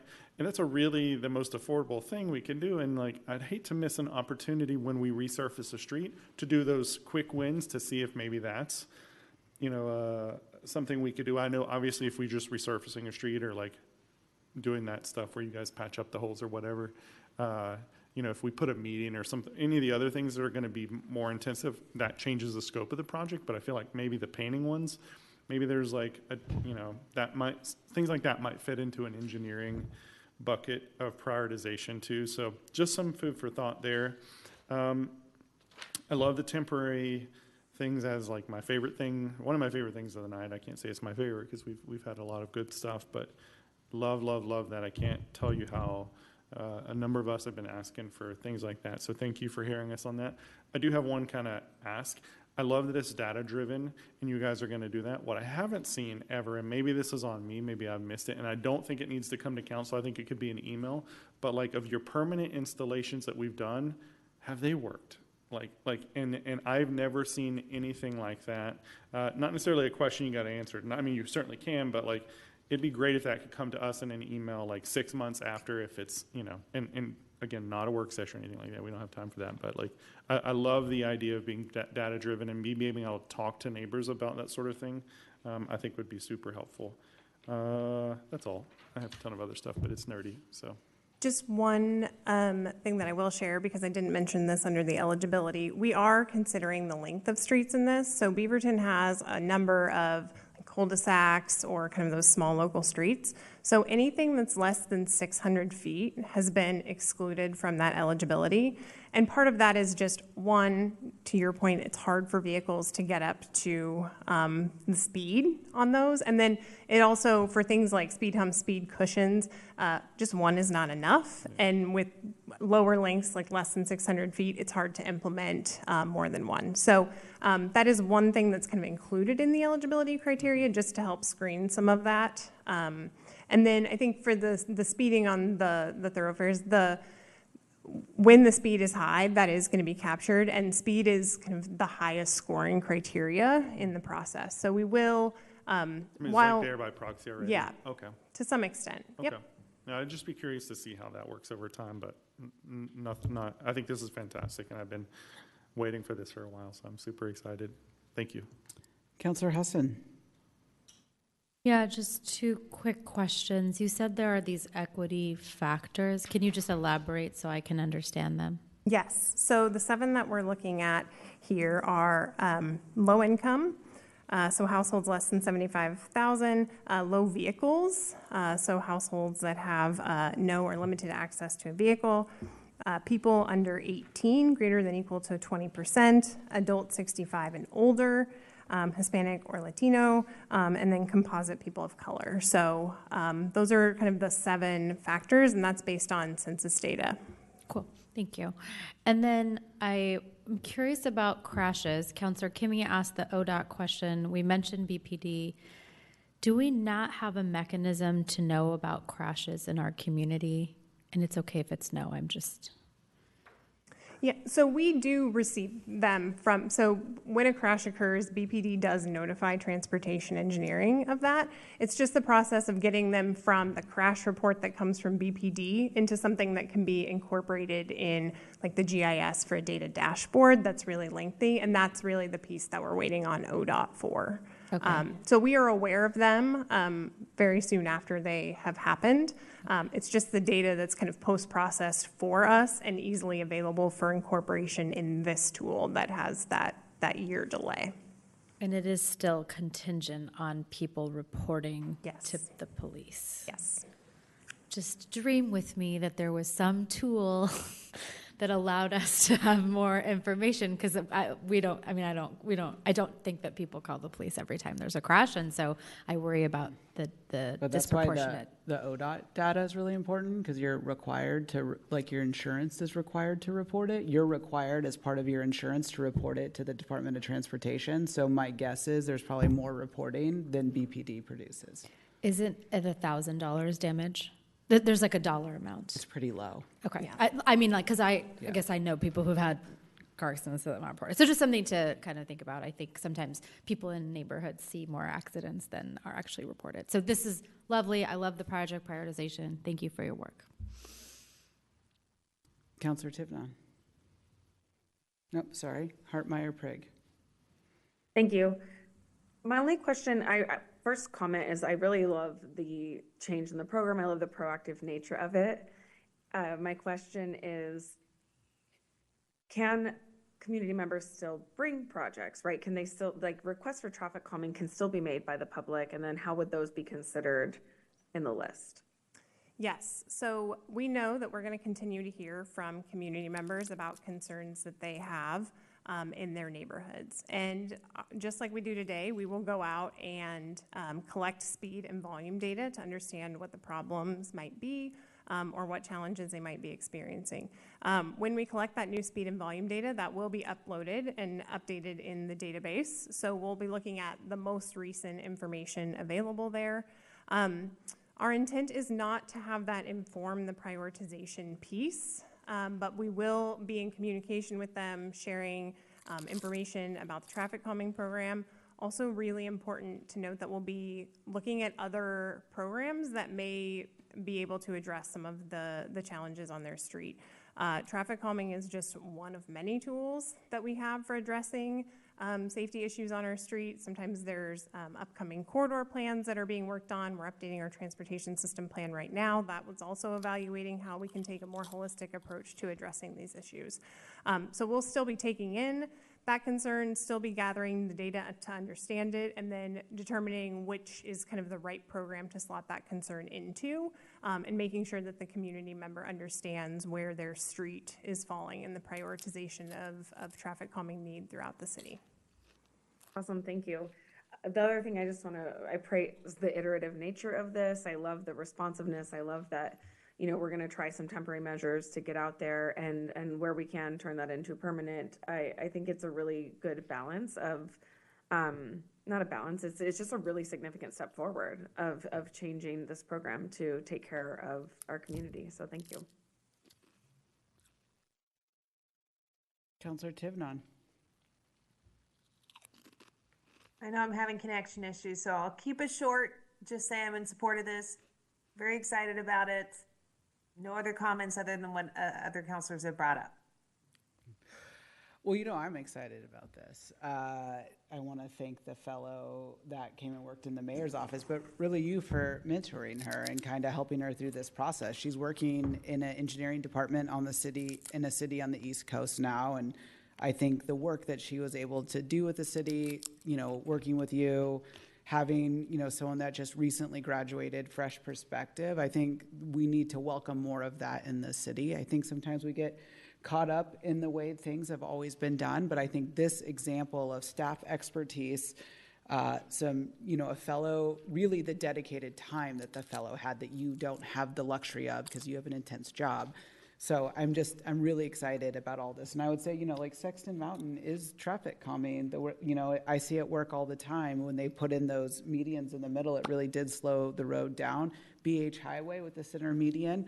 There's a lot of things that the engineers do that create these natural traffic calming. The flowers in downtown Beaverton, people slow down and look at that stuff. So all of what we do is really important when we're looking at this work. But I agree with the length of the road that Councilor Duggar said.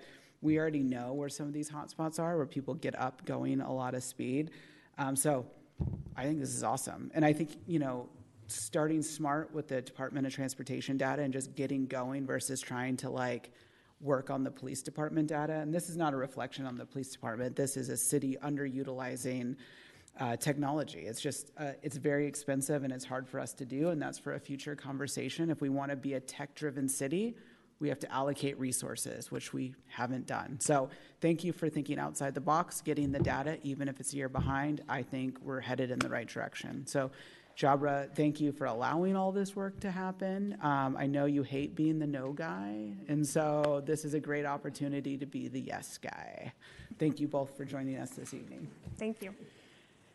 All right, last big item, council new business. Councilor Hassan.